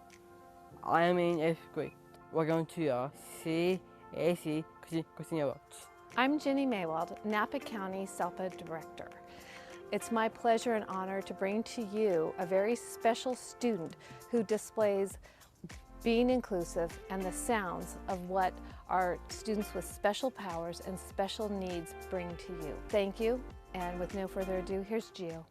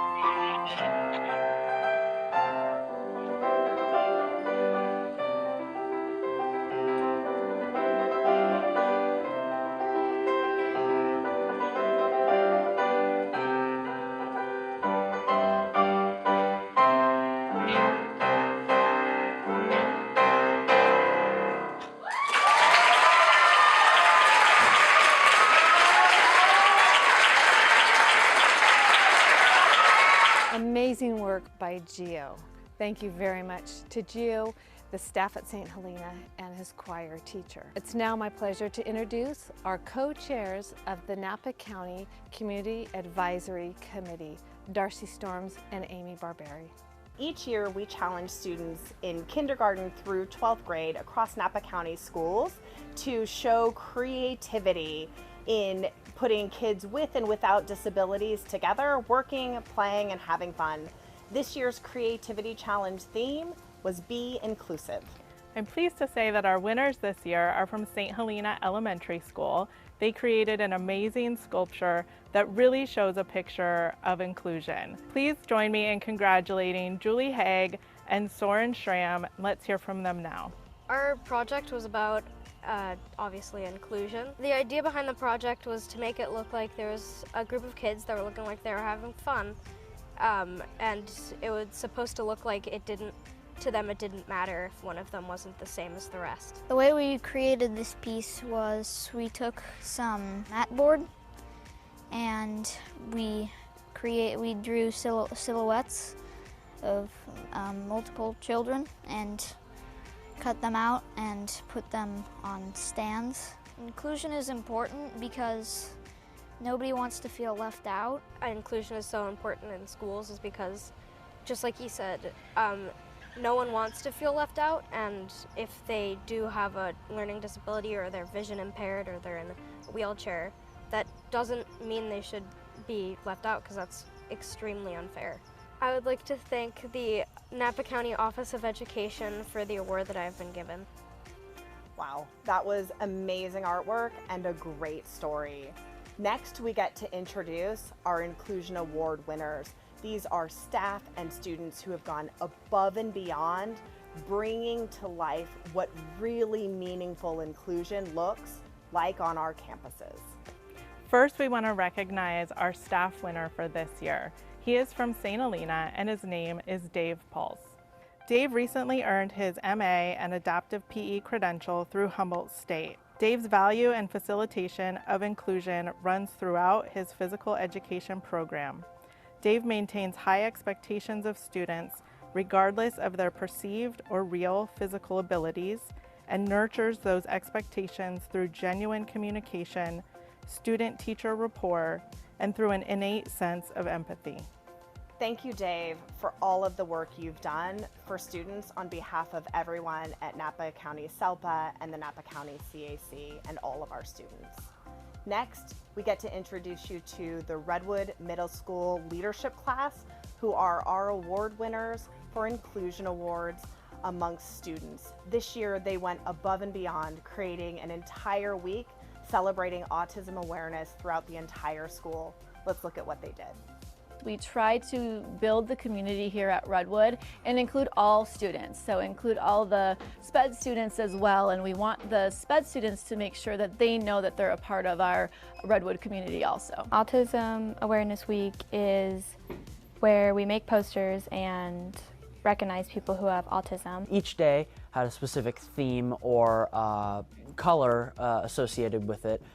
To represent a specific part of the spectrum. The goal of doing that was to just show that we're here for them, like no matter what, and they're here to support them, and just show that we're all human beings together. I mean, we should all just be able to include people and know that all of us make an important and a very big impact in a community, and we all have things to bring to the table. When I saw other people enjoying the Spirit Week and acknowledging it, it just made me feel really happy to know that some people really knew about this. In order to have our community be a whole, we have to be inclusive. I'd like to thank the NCOE for giving us this award because I've had a lot of fun helping to get this.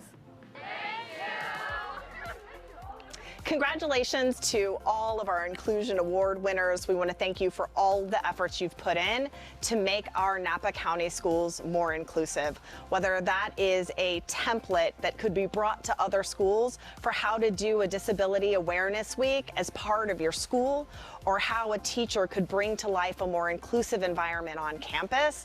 We think these are excellent templates that could be used throughout Napa County schools. We challenge every school in every district within Napa County to think about how they can provide meaningful inclusion and be inclusive. Hi, I'm Luke Storms. The Inclusion Awards are brought to you by Napa County Selpa, Napa County CAC, and viewers like you. Thank you.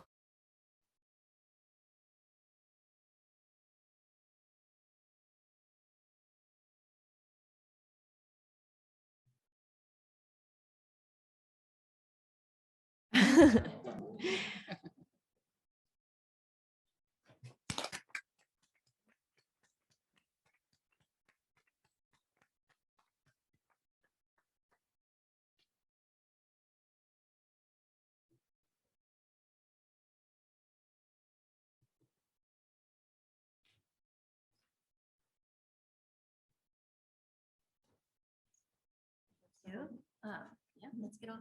Okay. Thank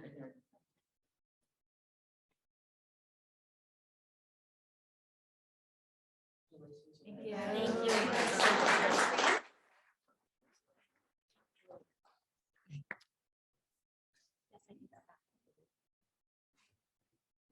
Thank you. And are you finished?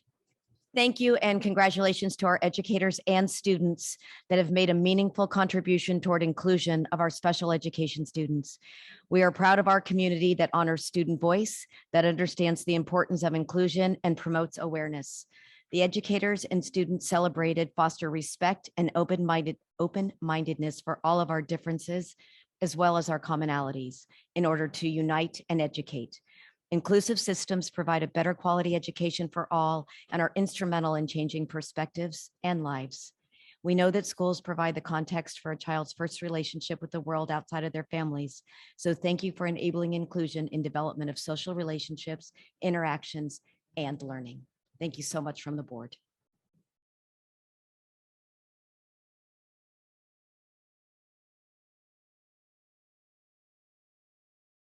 Mr. Michaels, do I have any public comment? No, we do not. We have no public comment. Okay, thank you very much. We will now go back to J1A, public hearing for 22-23 budget presentation. The public hearing is now open and we welcome Assistant Superintendent Mangwala to present the budget.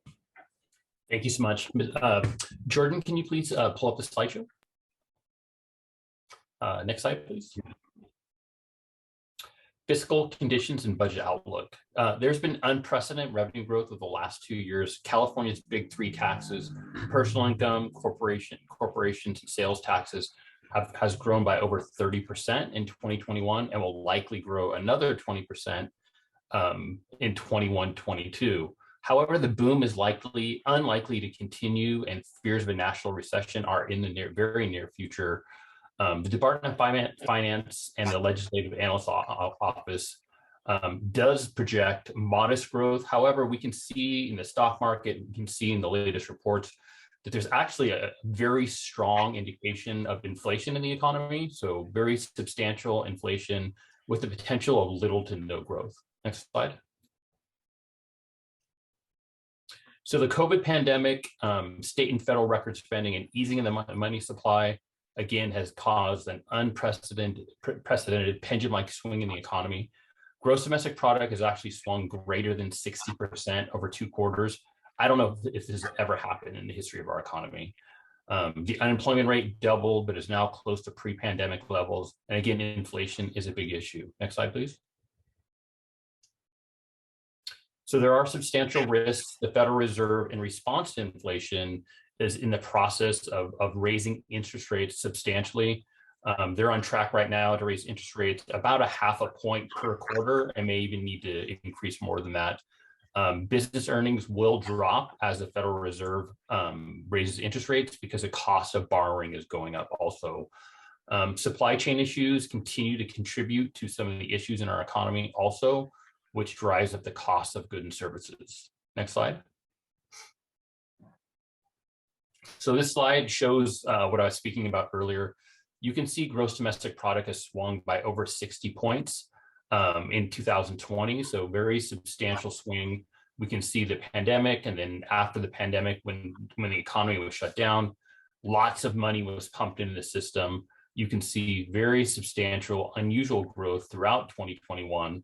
And again, we're likely on the edge of at least a recession due to tightening of the money supply. Next slide. Unemployment has dropped. You can see back from 2012, it's dropped. The pandemic caused it to go back up.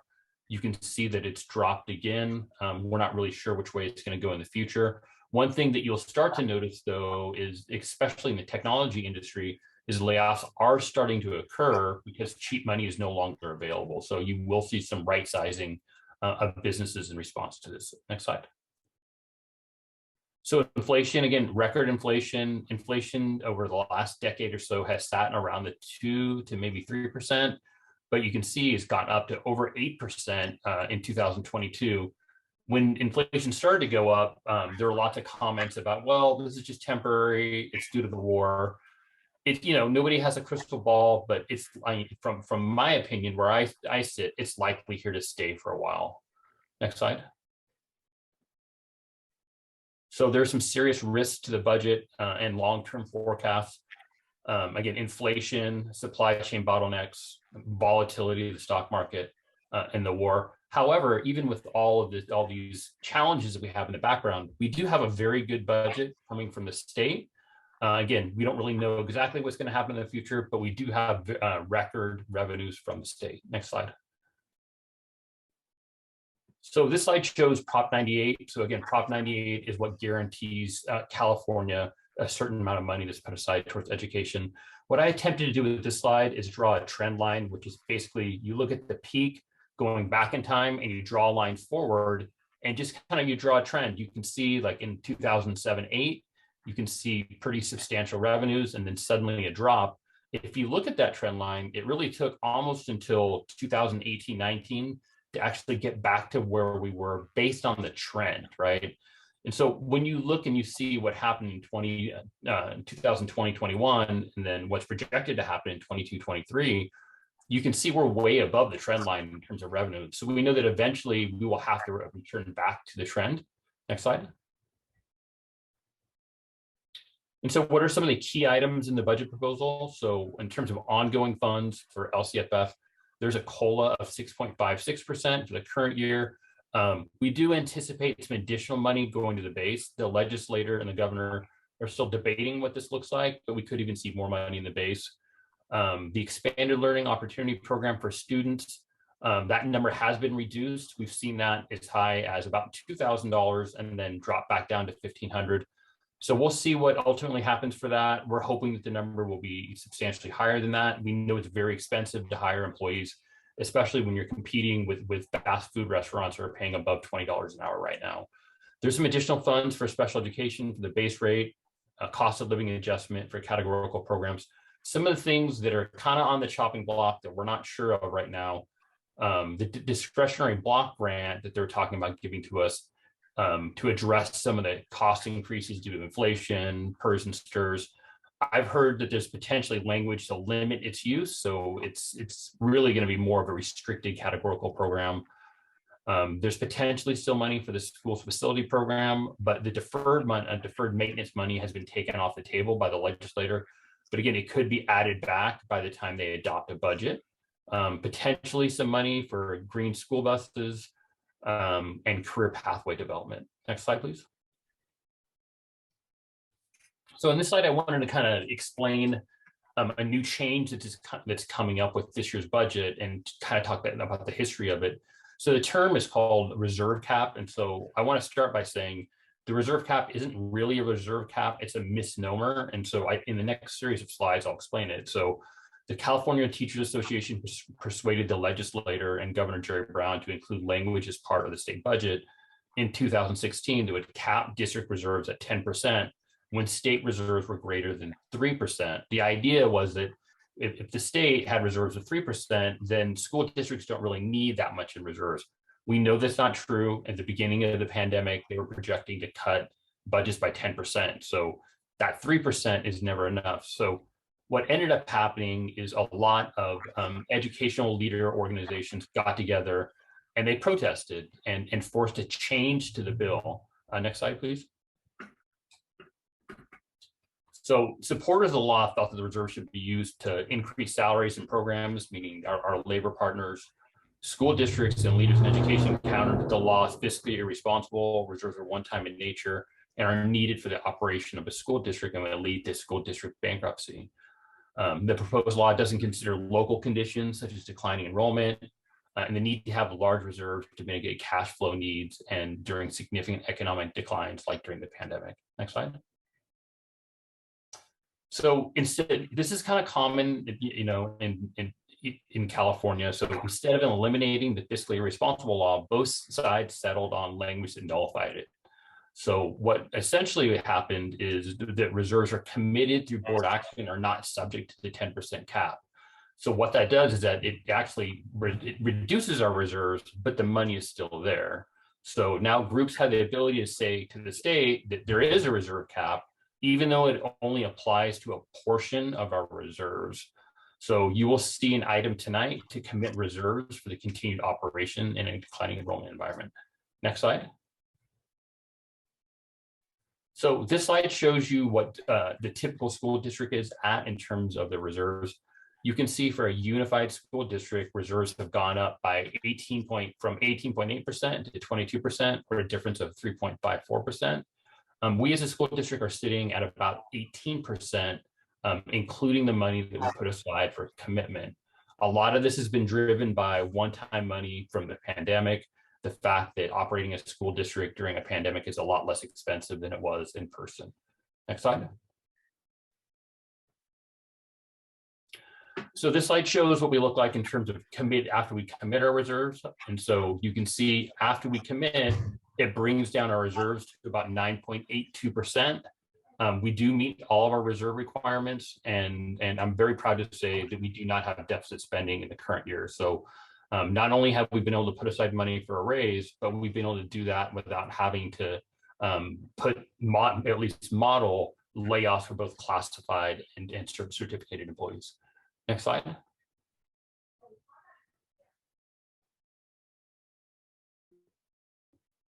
So on this slide, you can see what the commitment looks like. So without the commitment, our reserves are at 18.41%. And you can see here that we're committing about approximately $20 million. Next slide. So in terms of enrollment, we know enrollment drives our funding. You can see here on this slide that our projected enrollment is still projected to go down. So our enrollment is projected to go from about 16,000 to 14,600 in 26-27. One benefit that we see in terms of at the state level is that all districts have very substantial declining enrollment right now. Or I shouldn't say all, most. As a result of that, there was a change proposed in how funding is determined. Instead of using the higher of the current year or the prior year, funding will likely be based on a 3-year average, which will give school districts time to respond to that drop in enrollment. Next slide, please. So what are some of the assumptions in the budget?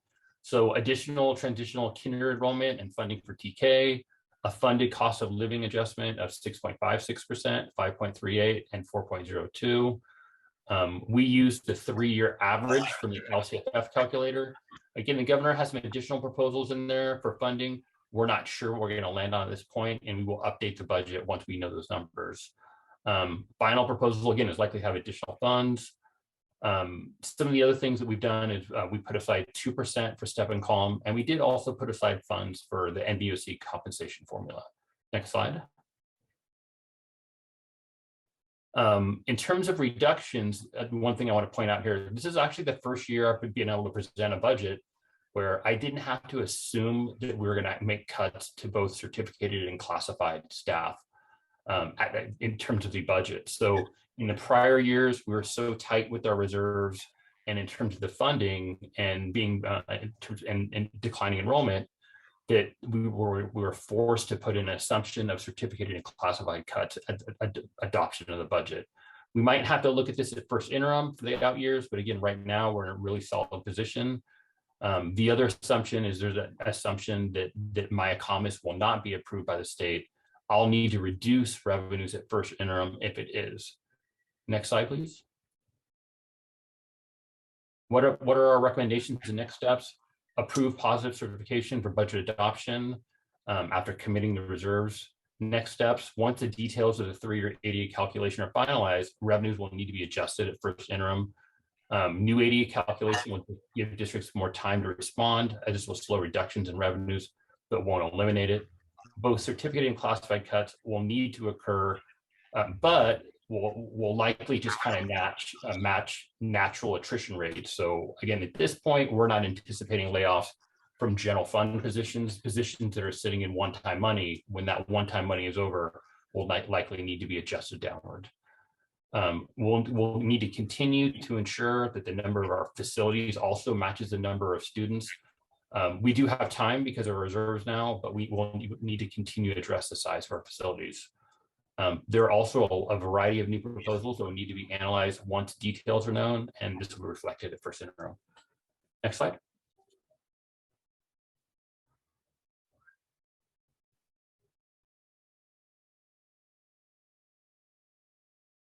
And I think that's it, Mr. Michaels. Thank Any you very questions? much. Mr. Michaels, do we have any public comment? Let's start there. Yes, we do. Gail Young, go ahead, please. Ms. Young? Hi, I am very glad that we have a positive budget. I think that there are some wonderful things that can be done. I'm very glad there's not layoffs this year. I'm very glad that there is that 10% that has actually been put in as a 10% cap for our reserves. I really believe that it's important that we spend our money on current students and current employees that we have. I do understand the need to make sure that there is that there is money in times for transfers, for other, if there is a complete collapse of our economy, that we have 3 weeks of pay. But I think that it's, I think it's really important that we're real clear about that, and knowing that the state does have reserves that they can use when and if anything like that happens. I do appreciate I'm really hoping that we're good with COLA, because it is such a difficult time that within the economy, there's been such an increase in the cost of everything that happens in Napa. And I think that it's important that we honor our employees and are able to provide the best things for the students in our community. I'm very grateful that it is a good budget, and I'm grateful that we have a compensation formula that that makes sure that we have transparent, fair options. Thanks. Thank you very much. Mr. Michaels, do we have any additional public comment? Yes, we do. Chris Reddy, go ahead.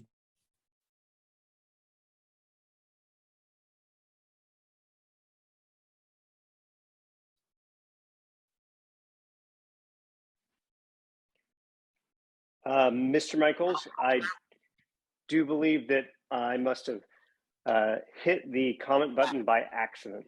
I apologize. Okay, thank you. Any other public comment, Mr. Michaels?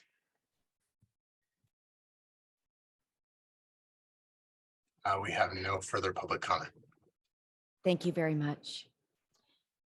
I would just like to point out that this cycle had some one-time good news, as we were the recipients of one-time monies, as Assistant Superintendent Manguala reviewed in his presentation.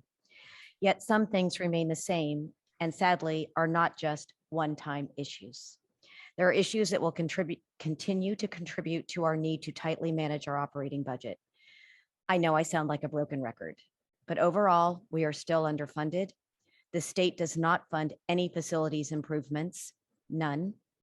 We still have declining enrollment, and we still have STRS and PERS contributions, and additional hurdles that do have impact: cost of goods, labor shortage, interest rate increase, market volatility, looming recession. It is difficult to understand when you see large cash infusions from the state why we cannot use these funds at our discretion to alleviate some of the issues at will. These funds are primarily restricted They need to be allocated as outlined in Mr. Manguala's presentation to specific programs or needs.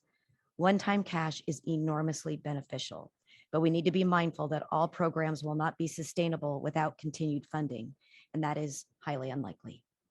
As I conclude most of my comments after a budget presentation, it is the board's responsibility to ensure that the expenses of the district are aligned with the goals and vision as set by the board. We must continue to be financially prudent so we can achieve the goals that will be addressed in the LCAP shortly. Thank you very much.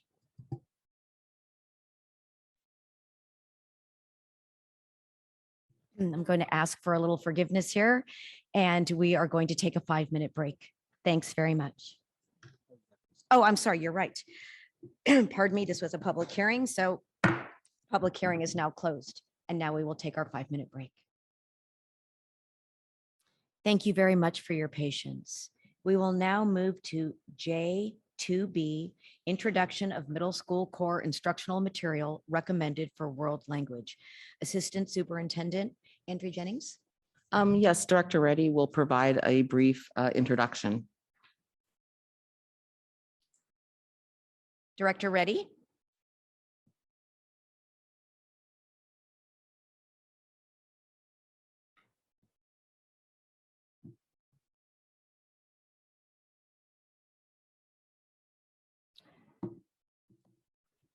Okay, we're going to, is she back? Okay. Okay, you know what? Yeah. The courses that are being presented tonight reflect the work of our dual language immersion, strengthening our dual language immersion pathway for our middle school programming. Previously, we had courses that were at the middle school grade or age, but were international baccalaureate focused courses. So these courses reflect the classes that will be taught at our new Unidos Middle School. Wonderful. Thank you very much. Mr. Michaels, do we have any public comment on this item? There's no public comment for this item. Thank you very much. We now move to public hearing, local control and accountability plan, LCAP and LCAP federal addendum presentation. The public hearing is now open and we welcome Assistant Superintendent Andrew Jennings back. Thank you, President Jankowicz, Board Trustees, Dr. Massetti, Student Representative Bitt, and the NVUSD community. Mr. Michaels, can you pull up the slide presentation, please? The presentation tonight on the NVUSD's Local Control and Accountability Plan, or LCAP, is what I'll be presenting on tonight. Next slide. The overall purpose of this presentation is to highlight the changes made to our LCAP in response to feedback we received from our educational partners. Our educational partners include parents, students, staff, and community-based organizations. We also took into consideration student attendance and academic performance data and the results from our parent survey. Next slide, please. Let's review some LCAP basics. NVUSD receives supplemental and concentration funds based on the % of our students who are considered unduplicated. Unduplicated pupils are the students who are English learners or students who are eligible who qualify for free or reduced lunch program, or are identified as foster or homeless students. Our current unduplicated student count is approximately 57% of our student population. NVUSD is projected to receive approximately $18 million for the 2022-2023 school year. The draft LCAP included in the agenda provides details on how those funds will be expended. Next slide, please. I want to give you an idea of where we are in the LCAP development timeline. Starting in January, we completed a needs assessment and reviewed academic achievement and attendance data. In February, I presented a mid-year progress report to the board, as well as the annual update. From January through March, my team and I met with multiple educational partners from DLAC, DAC, our bargaining units, the Napa Valley Education Foundation, and the Special Education Community Advisory Council, to name a few. Later, I will share some of the themes that emerged from those listening sessions. In April and May, the LCAP was drafted. An overview was presented to DLAC And tonight I'm presenting the draft plan for the public hearing and your review. The finished LCAP will be submitted for board approval at the next meeting on June 23rd. Next slide. Our LCAP has these 4 goals. Number 1, students will graduate college and career ready. Students will experience responsive and engaging pedagogy. Families will experience robust communication, community engagement, and advocacy. And students will thrive socially, emotionally, and academically. Next slide, please. Several themes emerged from our educational partners' listening sessions. One theme that went across almost every single group was the need to increase mental health supports at every level, from elementary to high school.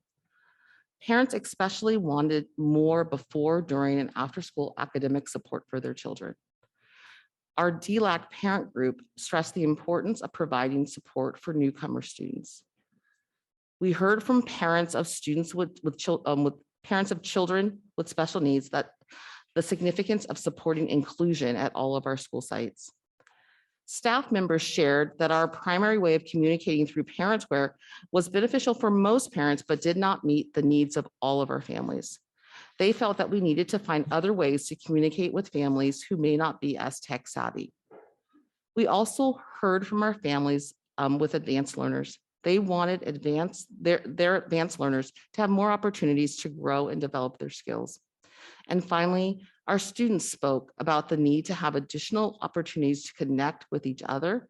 And interestingly enough, making sure that we prepared them for life after high school. Next slide, please. Under the goal of students will graduate college and career ready, there are 4 major strategies. Language and literacy. This tactic encompasses the full implementation of a comprehensive literacy initiative that ensures that all students TK-12 read, write, and communicate proficiently. That includes increasing the use of whole books to grow students' love of reading. One of the things that we would be adding this year is accelerated reader at the elementary and middle school level. Our current math data indicated a serious need to continue to support the consistent, effective implementation of state standards in math, to ensure that all students can fluently and accurately calculate mathematical problems, apply mathematical reasoning, and be able to explain their thinking. In order to assess whether or not students are making progress at each grade level, we need to continue to develop a comprehensive assessment system. Currently, we have STAR, which is like a foundational tool to assess where students are.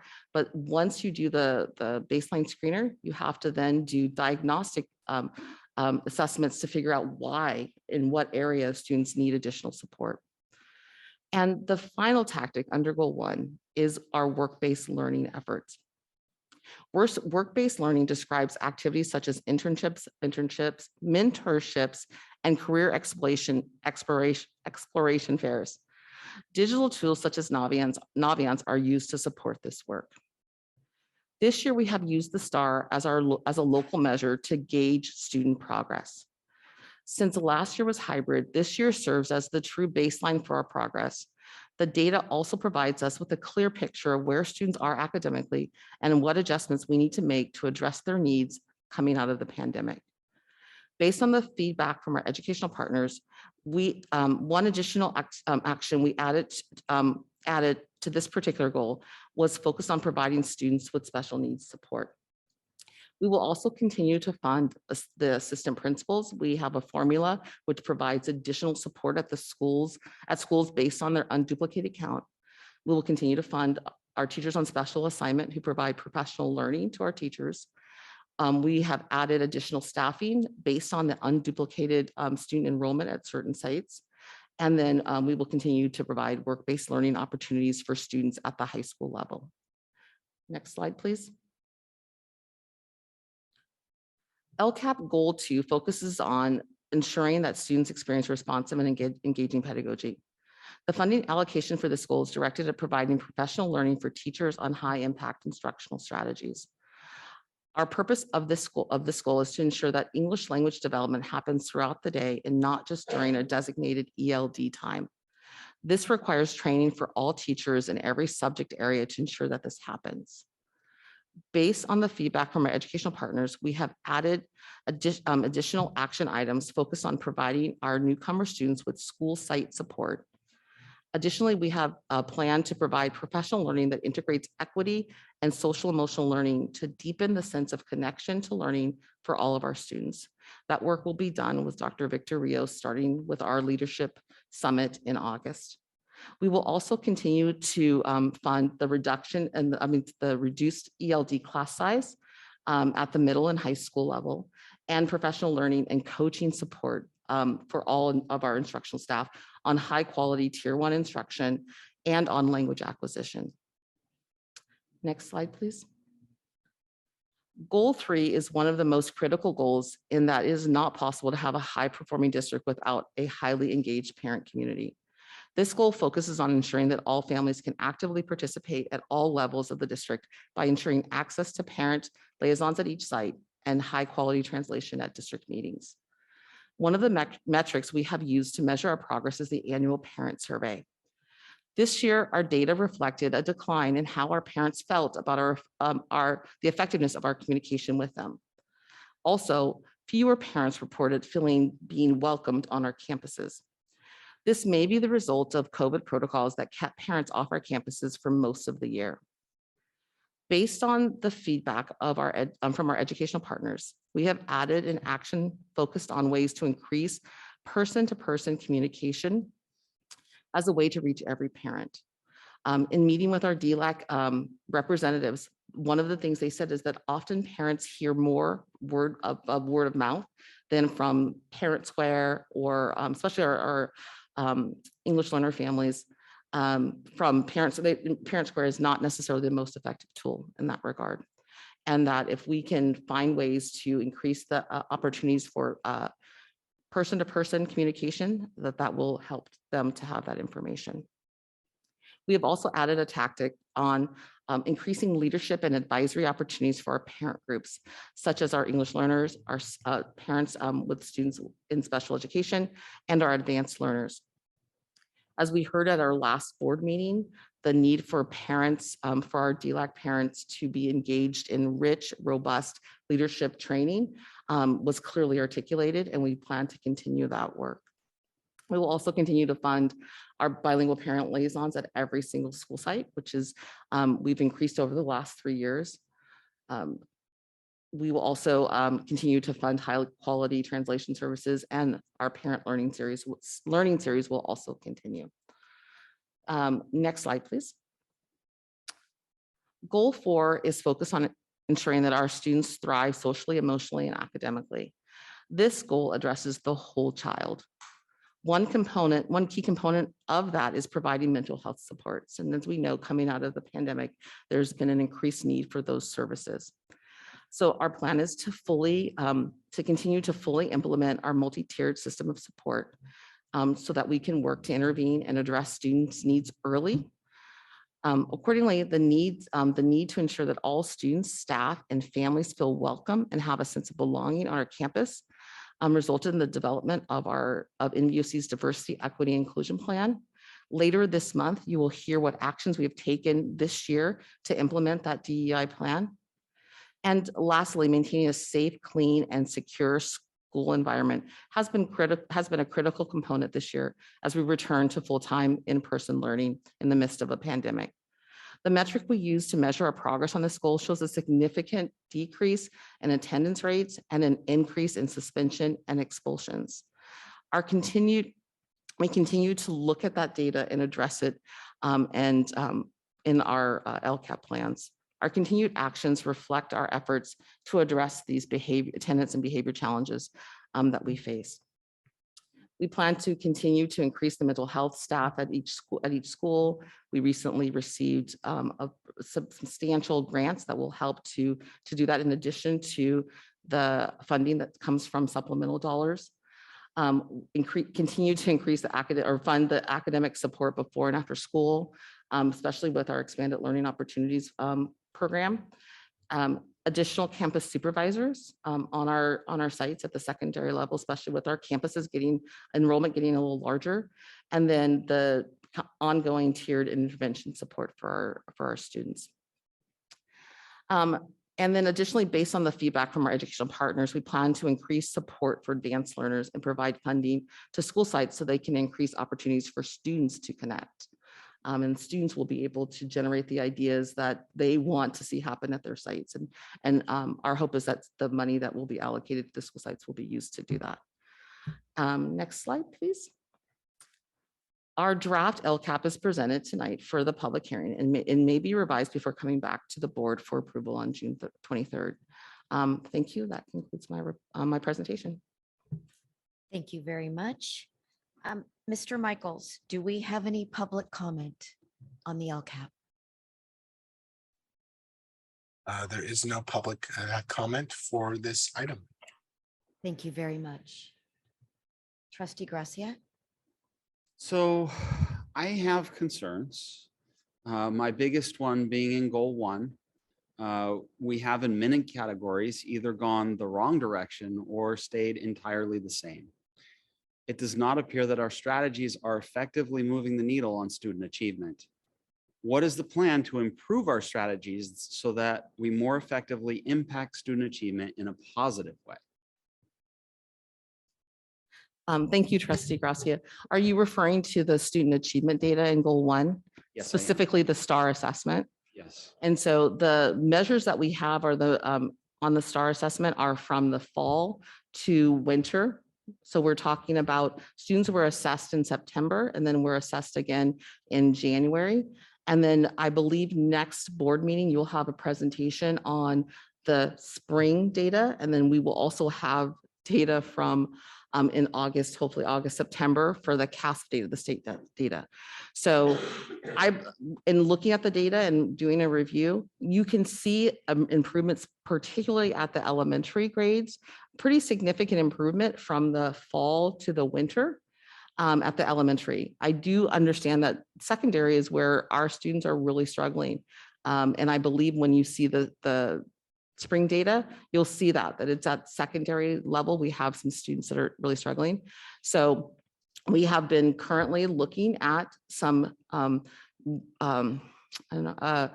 some intervention programs that address students' needs at the secondary level specifically around literacy. We're finding that after a year and a half, 2 years of the pandemic, that we have students in middle school and high school that are significantly below grade level in reading. And so we have to currently we don't have in place a intervention for students who come into middle school or high school that are struggling with reading. That's for like a tier 2 or tier 3. There are things that a teacher can do within the classroom. And so we are focused on, coming out of the pandemic, focused on the high quality tier 1 instruction going into next year, because given the numbers of students that we have that are not on grade level, it's clear that it's not that we can intervene our way out of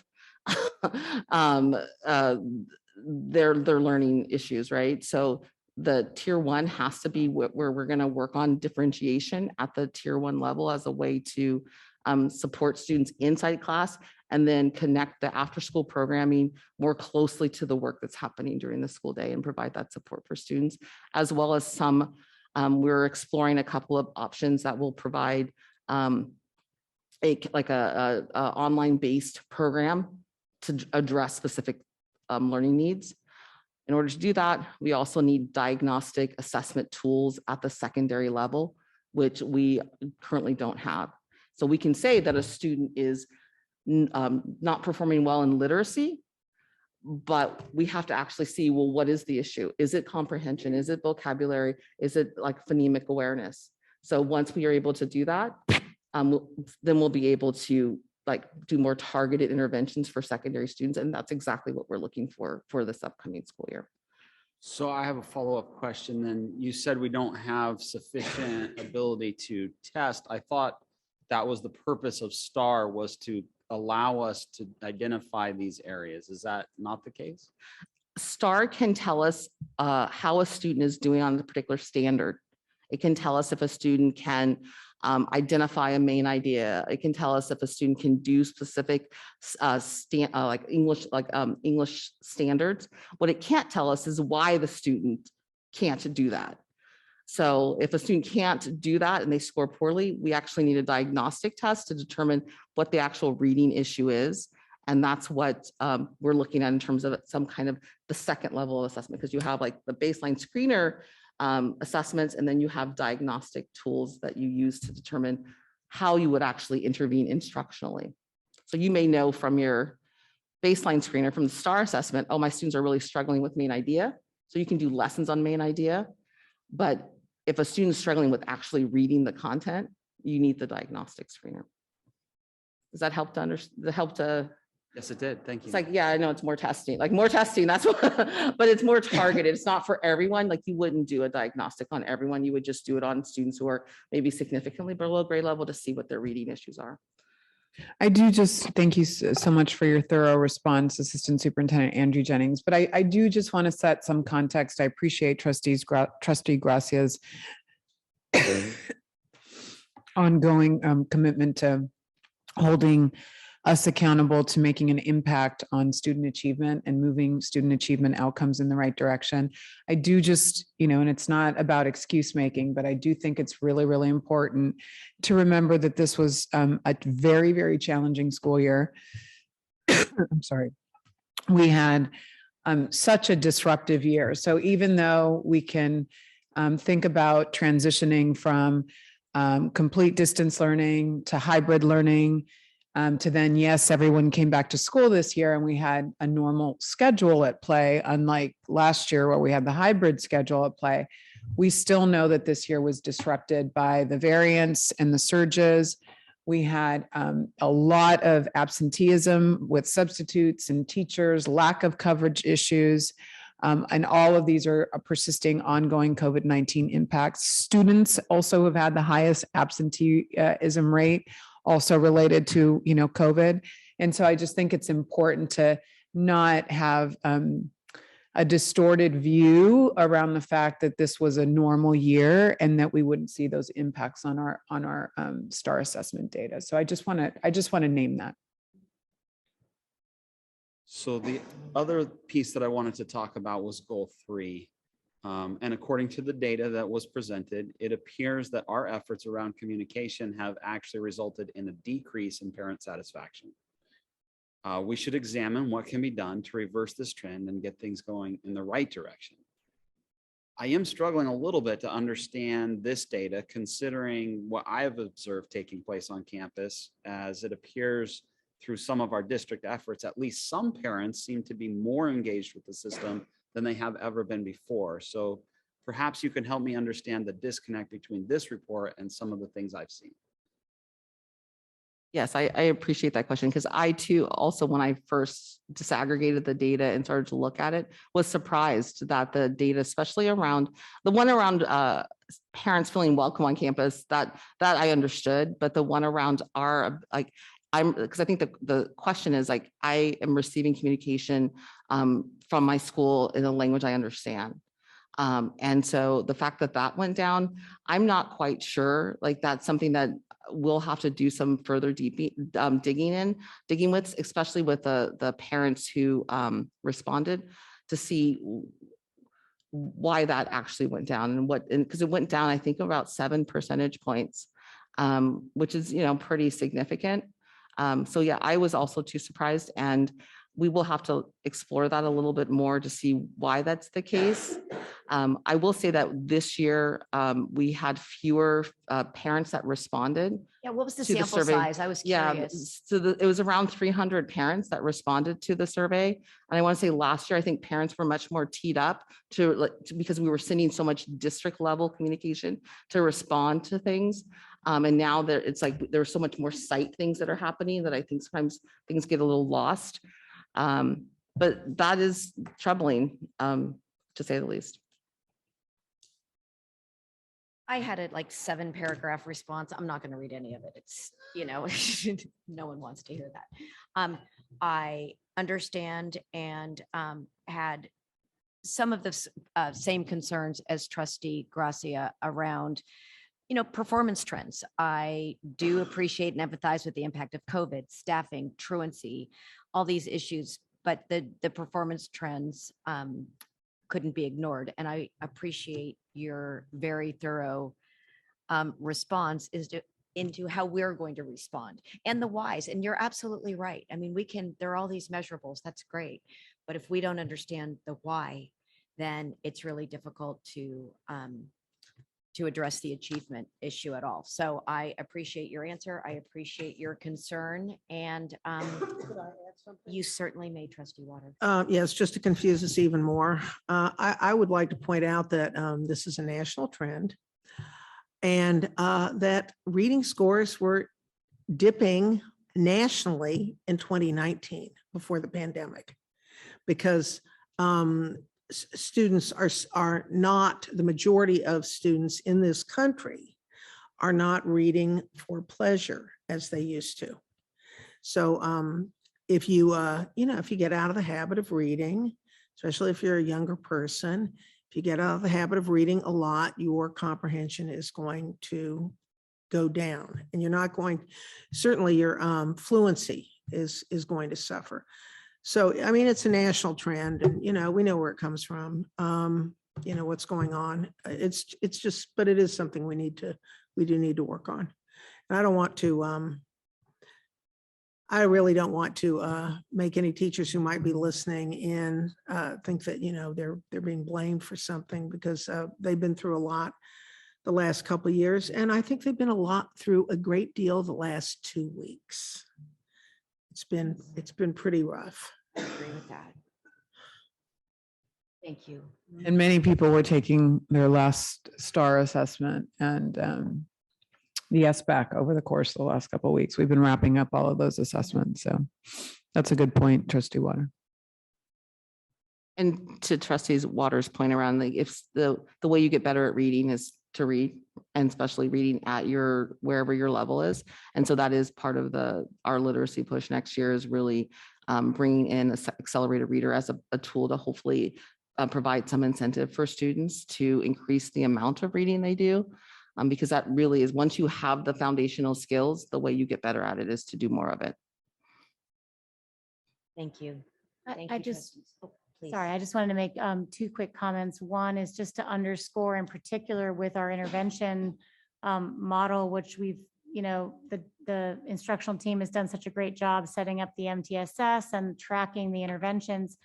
But just to underscore the fact that a lot of our intervention teachers had to be repurposed as substitute teachers all year. That was not like a here and there thing. So I just want us to keep in mind that our intervention model that we were, are rolling out with MTSS and our new tracking, and it was not, this isn't really year one of that, because we really couldn't enact it because the intervention teachers were not available to do that job, because they had to step up and do the other work that COVID required them to do.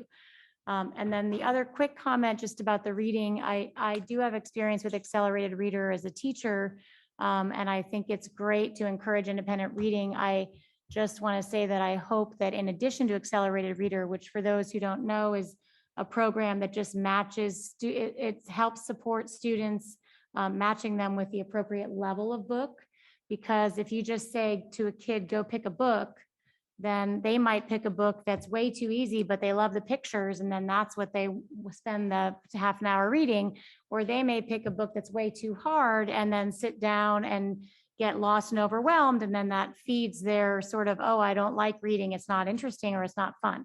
So that's a super important component, and I'm glad that we're bringing that to the secondary level to help with that, because I do think that we have an increasingly illiterate society, and that I'm with Trustee Water, that we really want to instill in kids the love and enjoyment of reading.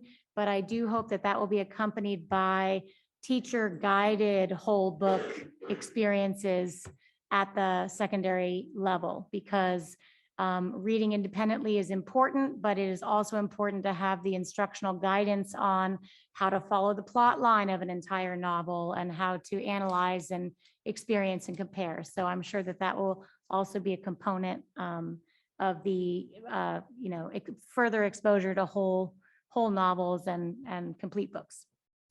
Yep. Yes. I just wanted to echo Trustee Reiser's interest in having the whole book being part of the curriculum and being part of the reading experience. I think that's really important. Yes. Yes. Yes, I don't think anyone would argue the importance of reading, whole books. And then just ensuring that they are covering the standards to have the level of rigor necessary. So, yes.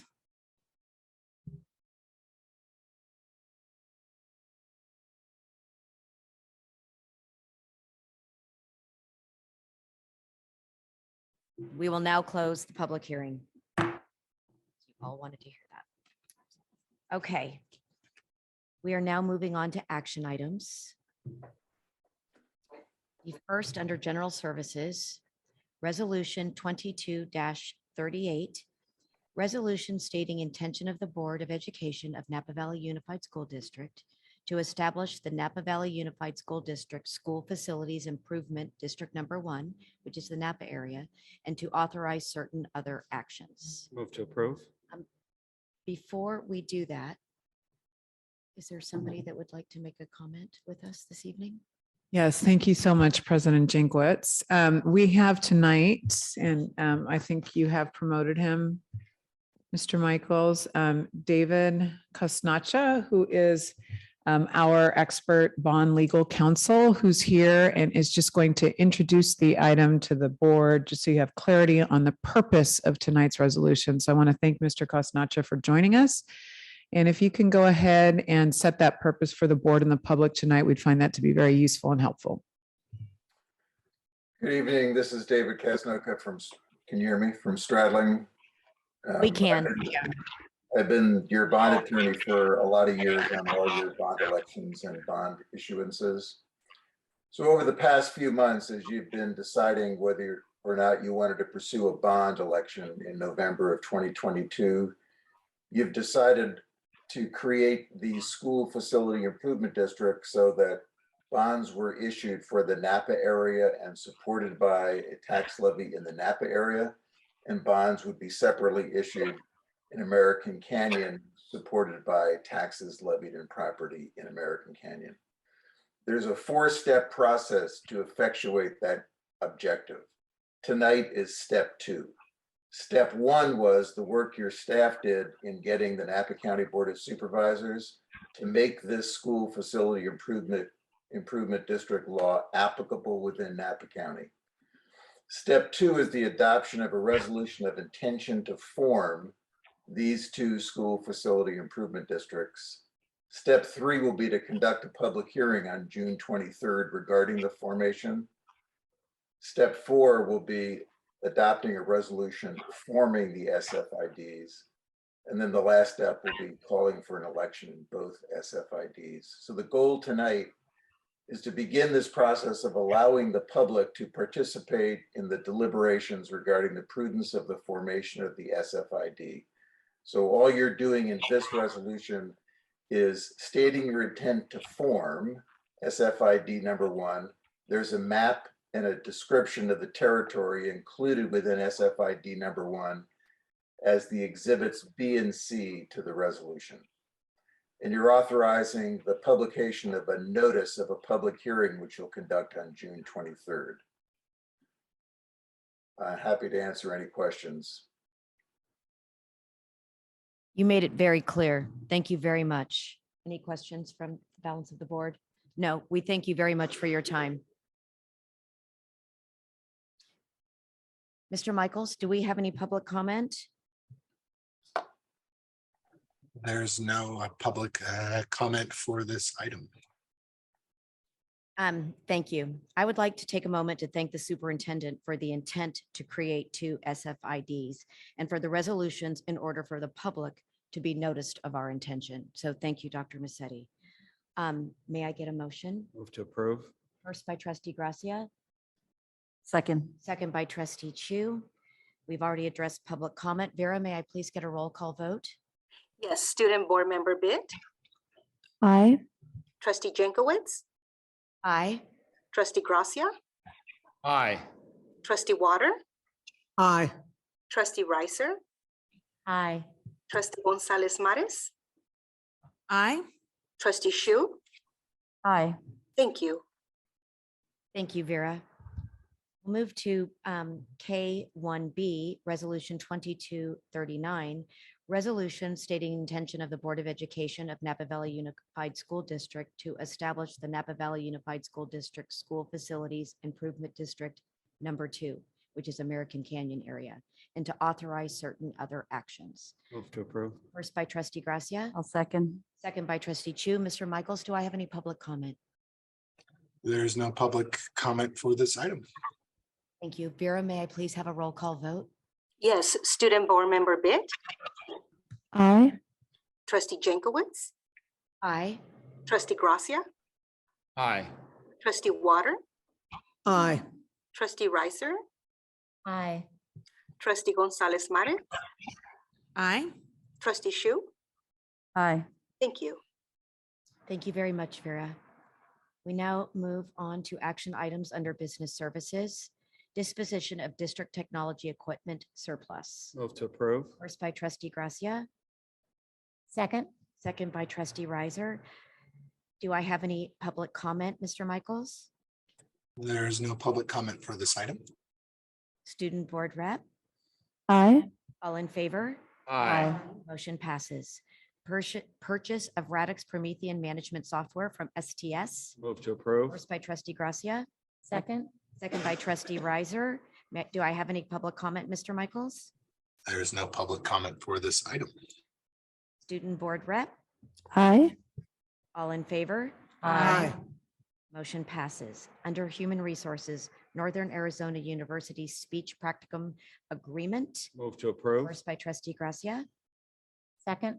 second by Trustee Riser. Do I have any public comment, Mr. Michaels? There's no public comment for this item. Thank you. Student Board Rep, Aye. all in favor? Aye. Aye. Motion passes. Instructional Services, new middle school courses of study for world language. May I get a motion? Move to approve. And I think staff wants to make a comment about this. I apologize. This is, Thank you. Yes, Director Reddy, would you like to comment on this particular item? Yes, thank you. My apologies for lack of presence earlier. The NVUSD Curriculum Council is recommending the adoption of these new Spanish language courses as addressed by Assistant Superintendent Pat Jennings earlier for the middle school level, Spanish Language Arts 6, Spanish Language Arts 7, and Spanish Language Arts 8. These courses support students with learning the Common Core State Standards for Spanish Language Arts. And in particular, they will serve the dual language immersion Spanish pathway at the new middle school at Unidos Middle School.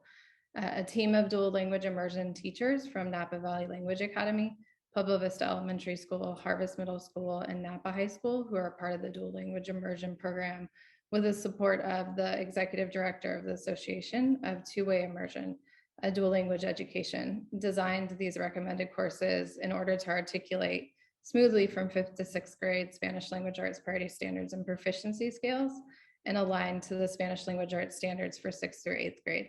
Additionally, these should position students for high school Spanish, including advanced placement, with the intent of supporting them with their bilingualism and biliteracy on the path to the CL biliteracy.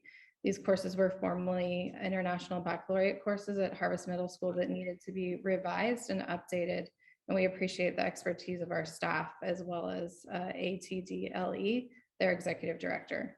The SLA 7 and 8 courses will allow students to obtain high school credit based on their successful completion of the coursework. And so we're excited for our students to be high school ready while they're in the middle school. And the pathways meet the success indicators of board priority number 1, along with the strategic plan goal that specifically speaks to dual language immersion. So we are excited about these as well as a new curriculum to support it. Thank you very much, Director Reddy. I appreciate the clarification.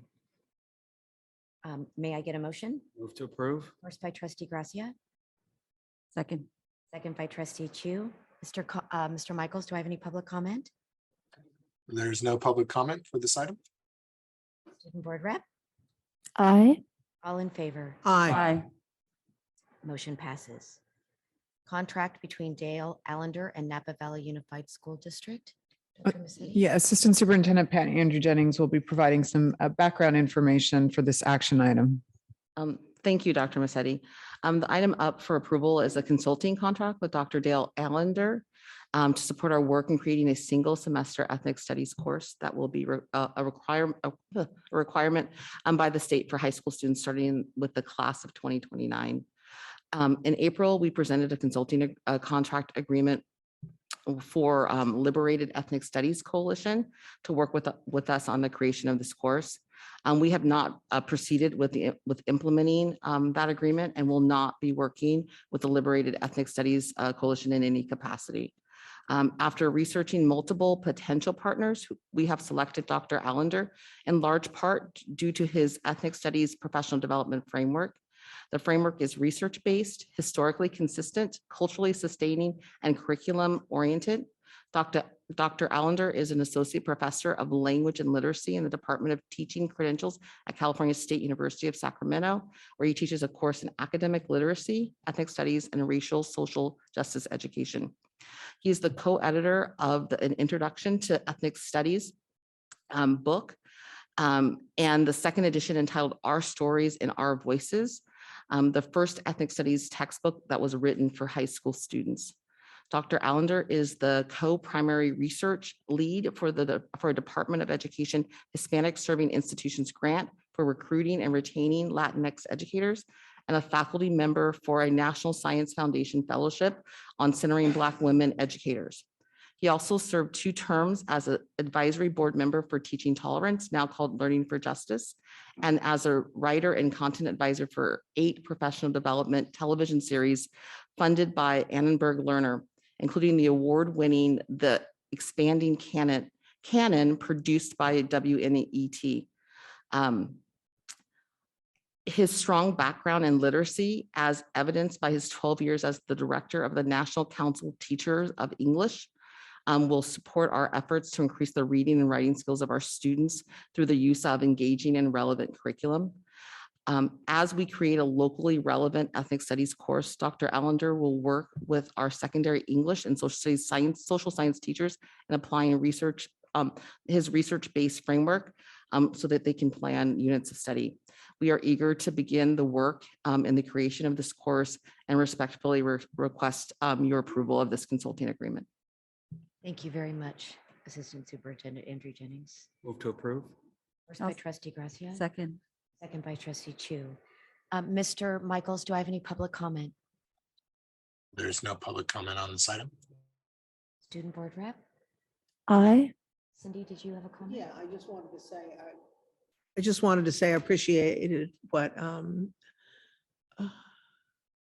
what is your title again? I've just drawn a blank. Assistant Superintendent. Thank you. Assistant Superintendent Andrew Jennings said, I didn't want to say It's a little long. Pat, but you have permission to call me Cindy. Okay. No, this makes me happy because this will be a 1-semester course in 9th grade. Is it 9th grade? We are exploring that. I mean, that's maybe where it lands because it may make the most sense there. And I like the fact that it's curriculum based. I really would hope that we could follow up with literature, social study classes, and sort of echo this throughout high school. We're not here, this is a required course. And we're not here to posture about how perfect we are. We're here to educate our students. And I taught next door, and I like the fact that, he teaches a course for locals, Sacramento, the community. And because, my students had lots of questions about Napa, about the setup. Why is it the way it is? And students want to make sense of their world. That's what this is about. And so, thank you for, explaining a little bit more about it. Thank you. Trustee Water. I had a first by Trustee Gracia. I had a second by Trustee Chu. We did not have any public comment. Student Board Rep. Aye. All in favor? Aye. Motion passes. On to school planning and construction, SPC 18.67-20. Request for contract with Consolidated Engineering Labs for special inspection and materials testing for the Redwood MS HVAC and roofing project. Move to approve. First by Trustee Gracia. Second. Second by trustee Chu. Mr. Michaels, do I have any public comment?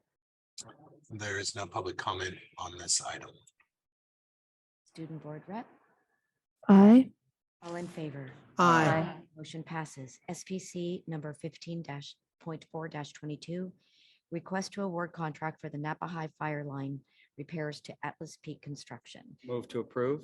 First by trustee Gracia, Second? second by trustee Riser. Mr. Michaels, do I have any virtual public comment? There is no virtual public comment on this item. Student board rep, Aye. all in favor? Aye. Thank you very much. We have now moved to the informational portion of this evening. The only two committees that will have minutes attached, the Finance Committee just met, so expect those shortly, and the Policy Committee had their minutes attached. We'll move to Business Services, and I think we all know what the enrollment report says. We continue on the decline. We are consistent there. Any additional comments to our decline? Well, decline is such a morbid word. It is a Say morbid word. Decline and fall. Okay, our population's shrinking, but it's happening Decline. all over the place, It isn't is. it? It is birth rates. People are moving out of California. Yeah, and it's just in the house down the street from me that was just sold for a party house and will no longer have a family in it. Well, that has an effect too. It does. Additional suggestions and comments from board members and or the superintendent? I do have one. Yes, trustee Watt. I know I've been a blabbermouth tonight, but it has been a rough couple of weeks. And I was thinking about that little girl, Maite Rodriguez, with the green Converse, and her goal was she had her college picked out. She, an elementary school student, and she wanted to be a marine biologist. And I was thinking about all those students who are now lost to us, and their parents talked about their plans. These children had big plans. They wanted to do important things. They wanted to help the world. They wanted to enlighten people. Again, big ideas. And I'd like to say that the income level of that school matches those of some of our schools. This was not, the population was not distinguished for wealth. There were some students there who lived in poverty, and yet that school made it happen for those children. And they're gone, but we can remember their goals. And I like to think that that's what we're doing here. That's why we're here, that we want all of our children to succeed, not just the children whose parents have never been to college. That all those parents have dreams for their children. Those parents in Texas were so proud of their children. And that's it. It's like, that is why we're here. We're primarily here to help our students make the most of themselves. And I've been to, a few events this week where I witnessed that happening. And, I'm really proud to be on this board. Thank you, trustee Water. I appreciate your comments and your sensitivity. Future agenda items. Okay. May I get a motion for adjournment? Move to adjourn. First by trustee Gracia, Second. second by trustee Chu. All in favor? Aye.